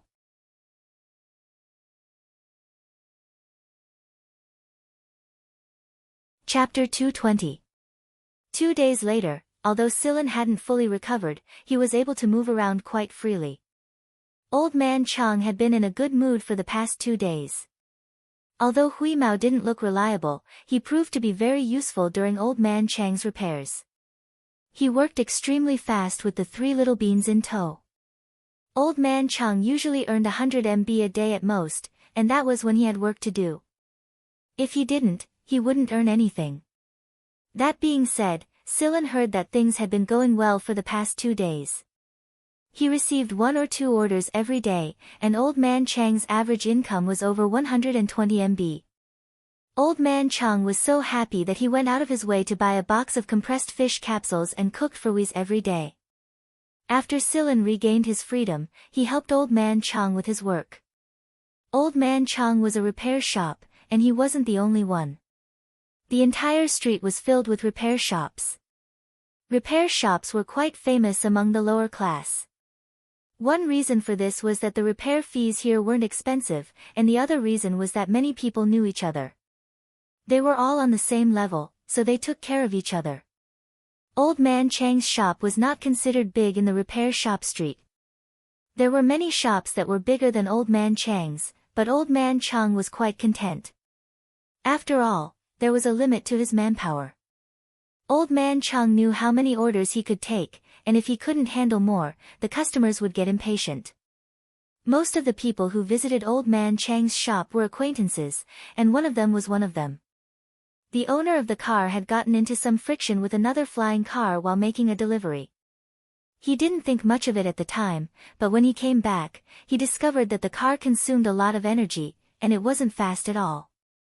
He made a strange noise every 2 steps, so he decided to take advantage of the fact that he didn't need to make a delivery today to get his car repaired. After complaining for a while, the owner looked at Old Man Chang. "Old Man Chang, can you fix this car today? I still have to make a delivery tomorrow." Old Man Chang thought for a moment before saying, "I'll put this order on hold for now. Since you need it urgently, I'll fix your car today. It should be ready by tomorrow." "Ha, Old Man Chang, I knew your shop was the best. I still have to go back to work, so contact me when you're done." Usually, there would be a queue in the repair shop, and regular customers would be taken care of. For this car owner, Old Chang's shop was a regular customer with a good price. Hearing Old Chang's words, the owner of the car was quite satisfied and left after saying a few words. When Silin came down, he happened to hear the man saying goodbye. Looking at the flying car parked at the maintenance station, Silin had rarely seen this kind of flying car when he was in the League of Stars. The flying car looked rather old, probably more than 10 years old. It wasn't big, but it had a lot of space inside. There was even a small compartment at the back that was specially used to transport small amounts of goods. You can often see this kind of car on the maintenance street. Old Man Chang put down the machine he was repairing and took a sip of water from his grandson. When he saw Silin coming down, he smiled. "Silin, how do you feel?" "Pretty good." In order to show that he could move freely, Silin stretched his arms and did some simple exercises. This series of movements proved that he had indeed recovered quite well. Looking at Huimao, who was sorting out the recycled second-hand parts, Silin walked over to the newly delivered flying car and looked at it. "Is there a problem with the energy system?" Old Man Chang nodded. He adjusted the joystick at the side and moved the maintenance station a little further in, raising a partition in the middle. Seeing Silin look over in confusion, Old Man Chang explained, "You can't let children come into contact with this." Silin nodded in understanding. When it came to important metals or energy systems, Old Man Chang definitely wouldn't let his grandchildren come into contact with them. It didn't matter to adults, but it had a huge impact on children's growth. Radiation sickness and heavy metal poisoning were common occurrences. People in this area didn't have that much time to get their bodies checked out. They would only notice when the symptoms were fully manifested, but by the time they noticed, the illness was already quite serious. 80% of the children who died early on this street died because of this. Treatment was expensive, and not every family was as attentive to their children as Old Man Chang. If pregnant women often came into contact with such things, it was likely that they would give birth to children with severe deformities or congenital diseases. Such children wouldn't live long. But in order to survive, all of the family members had to work together. Walking on this street, you would find that even pregnant women with protruding bellies would tie themselves up to do things. Otherwise, they would be despised. They weren't like those rich ladies in the upscale districts. On this maintenance street, families who raised their children like triplets were definitely rare. It was also a blessing for the 3 little fellows.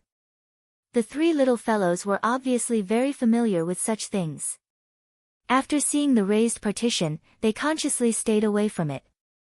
There were specialized tools and parts racks there, so they didn't need to hand over spare parts frequently. "Let me help you. I've come into contact with this before." "Don't. You're in the recovery period. It's not good for you to come into contact with these things." Old Man Chung waved his hand. It's fine.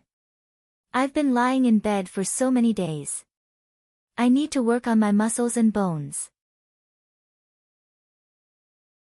Seeing Silen's insistence, Old Man Chung pointed to a cabinet. There are gloves and protective tools over there. You can take them with you. Silen walked over and opened the cabinet. There was a full set of protective gear inside, including gloves, outerwear, and shoes. Old Man Chung was already wearing a pair of protective gloves. In other words, other than the 2 pairs of gloves, the rest were all single pieces. This wasn't surprising. Protective gear for maintenance purposes wasn't cheap. Silen only wore a pair of gloves. He didn't wear outerwear or shoes, but he gave them to Old Man Chung. You kid, it's fine. I'm used to it. I'm immune to it. Silen expressed that it didn't matter if he didn't wear it. He walked to the maintenance platform and began to examine the flying car. Old Man Chung quickly discovered the problem with the flying car. There was indeed a malfunction in the power system. Old parts consume energy, but this is too much. I've taken a look. There's indeed a problem with the power system, but it's not a permanent solution. A few key parts also need to be replaced, but it looks like they won't be willing to do so. Let's not worry about those parts for now. Old Man Chung explained the situation to Silen as he examined the flying car's problem. Repairs were one thing, but in this area, if they wanted to attract repeat customers, the repairs had to be done according to the customer's needs. After living in this area for so many years, Old Man Chung had more or less figured out the thoughts of the people here. He didn't need others to specifically mention it to maximize the satisfaction of the customer's needs. This also protected the customer's face. Silen was good at maintenance, but he was far inferior to Old Man Chung when it came to maintenance.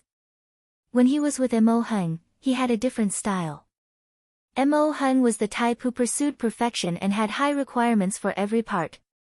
Therefore, in comparison, Mo Hung's style was completely unsuitable here. As he listened to Old Man Chung impart his experience, Silen listened attentively. From time to time, he would ask a few questions and help Old Man Chung. The repair of the flying car's power system wasn't difficult. It could be completely fixed before dinner. However, with Silen's help, the repair was completed more than 2 hours earlier. The repair process was also a lot easier. Old Man Chung was very happy that someone was helping to share the burden. Having a helper really made a difference. However, after repairing the power system, Silen took a look at the flying car's main operating system and this operating system. No wonder it could be used for as long as 10 years. It seemed that the owner had really invested a lot when he bought this flying car. It should be known that most low-end flying cars only had one operating system. Flying cars with this operating system were more intelligent. However, according to the information Silen gathered while he was recuperating in bed, the flying car's main operating system and this operating system were very outdated. This operating system was even from 20 years ago. It was no wonder that this flying car wasn't very agile. It would be strange for a car that was already close to Alzheimer's to be agile. Perhaps this was one of the reasons why the owner had friction with other cars. The car's operation wasn't very agile, so friction of various sizes was inevitable. Silen took a look at the car's main and secondary operating systems. It was impossible to upgrade them completely. That would be more expensive, and the owner definitely wouldn't be willing to spend that money. Besides, compatibility wasn't good, so it wasn't worth it. Old Man Chung was more familiar with the maintenance of spare parts, but he wasn't so good at improving the system's procedures and internal operations. Besides, the people in this area didn't have that kind of awareness. They weren't very educated, so who would be familiar with those dizzying procedures and instructions? A simple reorganization of the main and secondary operating systems didn't take much time for Silen. 10 minutes later, the messy procedures and the system's inability to keep up with the times had been cleaned up. No matter what, when the car flew again, it would definitely be more agile than it was yesterday. Old Man Chang didn't stop Silin from fiddling with the internal operating systems. He could tell that Silin was quite confident. This was the confidence of a maintenance engineer. Old Man Chang just watched quietly from the side. After Silin was done, he started the flying car to test the results of the repair. Needless to say, it was indeed a lot better. Good job, kid. You're quite capable. I don't know much about this. I just know a little about it. No need to be humble. Come on, follow this old man to another order. Let's try to fix this machine before dinner. Seeing that Old Man Chang was done with the repairs and the partition on the other side was lowered, the triplets and Hui Mao happily came over and helped hand over the tools and parts. Many hands made light work, and this order was completed before dinner. Old Man Chang contacted a customer to come over and pick up the items. Silin, the three little kids, and Hui Mao went to make dinner. The three little kids worked hand in hand while Silin watched from the side. It was a very simple compressed capsule dinner. Old Man Chang made quite a lot of money that day. 200 MB. When the owner got into the car and took off, he could clearly feel that the car looked a lot younger today. Old Man Chang, your kung fu has improved. I'll come again next time. Old Man Chang only chuckled happily. This time, when the owner of the car went back, he recommended Old Man Chang's shop to many of his acquaintances. He said that his old car had become much younger after being repaired. Many people did not believe him. Soliciting customers for acquaintances was a common thing in this cobweb-like area, so everyone was used to such words and only gave perfunctory replies. Old Man Chang gave 50 of the 200 MB he earned today to Silin. Silin didn't refuse. This was what Old Man Chang had agreed to, so he couldn't refuse. Little Seven was very excited during dinner. Grandpa, fifth brother should be back tomorrow, right? Yeah. Let's go tomorrow and bring little Five back. Old Man Chang couldn't help but sigh inwardly when he talked about this unfortunate grandson of his. His smile faded a lot. Little Five Chang was affected by a large-scale electromagnetic radiation when he was in his mother's womb and almost died at birth. He barely survived, but his body was weak, and he was a frequent visitor to the hospital. Silin had seen the image Little Seven took out. Little Five Chang was very thin and listless, and his eyes didn't have the innocence of a child. There was only silence and gloominess in them. He was the complete opposite of the triplets. Any other child would have given up a long time ago, but Old Man Chang persisted all this time. However, some people in the neighboring streets didn't think much of him. After all, a child like him wouldn't live past the age of 10 if he didn't receive proper treatment. Little Five Chang was now 7, and the chances of him falling sick were getting higher and higher. He had to go to the hospital for treatment every once in a while, and he had to eat more pills than compressed capsules. Most of what Silin knew about Little Five Chang was from the triplets. They were very sensible and often took care of this quiet fifth brother. Compared to Old Man Chang, Little Five Chang had talked to them a lot. Now, Old Man Chang was basically saving money for Little Five Chang's treatment while ensuring his livelihood. No matter what, there was hope as long as he was alive. At night, after the triplets went to sleep, Old Man Chang was still in a daze in the maintenance room. He could basically take on one job a day, and it would be good if he could take on 2 jobs today. Therefore, even if Old Man Chang wanted to stay up late to work, he couldn't. In Silin's room, Hui Mao wagged its tail. After yawning, it said to Silin, "That old man seems to be crying." There were surveillance cameras in the maintenance room, but they weren't necessarily for customers. They were a basic installation in a repair shop, and they had many uses. Hui Mao saw Old Man Chang's expression through these surveillance cameras. Silin scratched Hui Mao's chin. "Since they've helped us, let's help them if we can. Life will get better and better. Yeah, make more money. I miss my dried fish biscuits. I wonder if Shuechio and the others have eaten my stash." Actually, it was paying attention to the latter part of Silin's words. The next day, Old Man Chang went to the hospital to pick up little Five Chang. Silen and the three little kids stood guard in the maintenance room. In the past, whenever Old Man Chang went out, he would lock the door tightly and remind the triplets to be careful. The security in this area was not very good. Although his family did not have much money, no one could say for sure what would happen.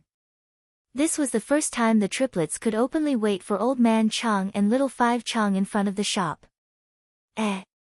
Where's Old Man Chang? A flying car stopped in front of the shop.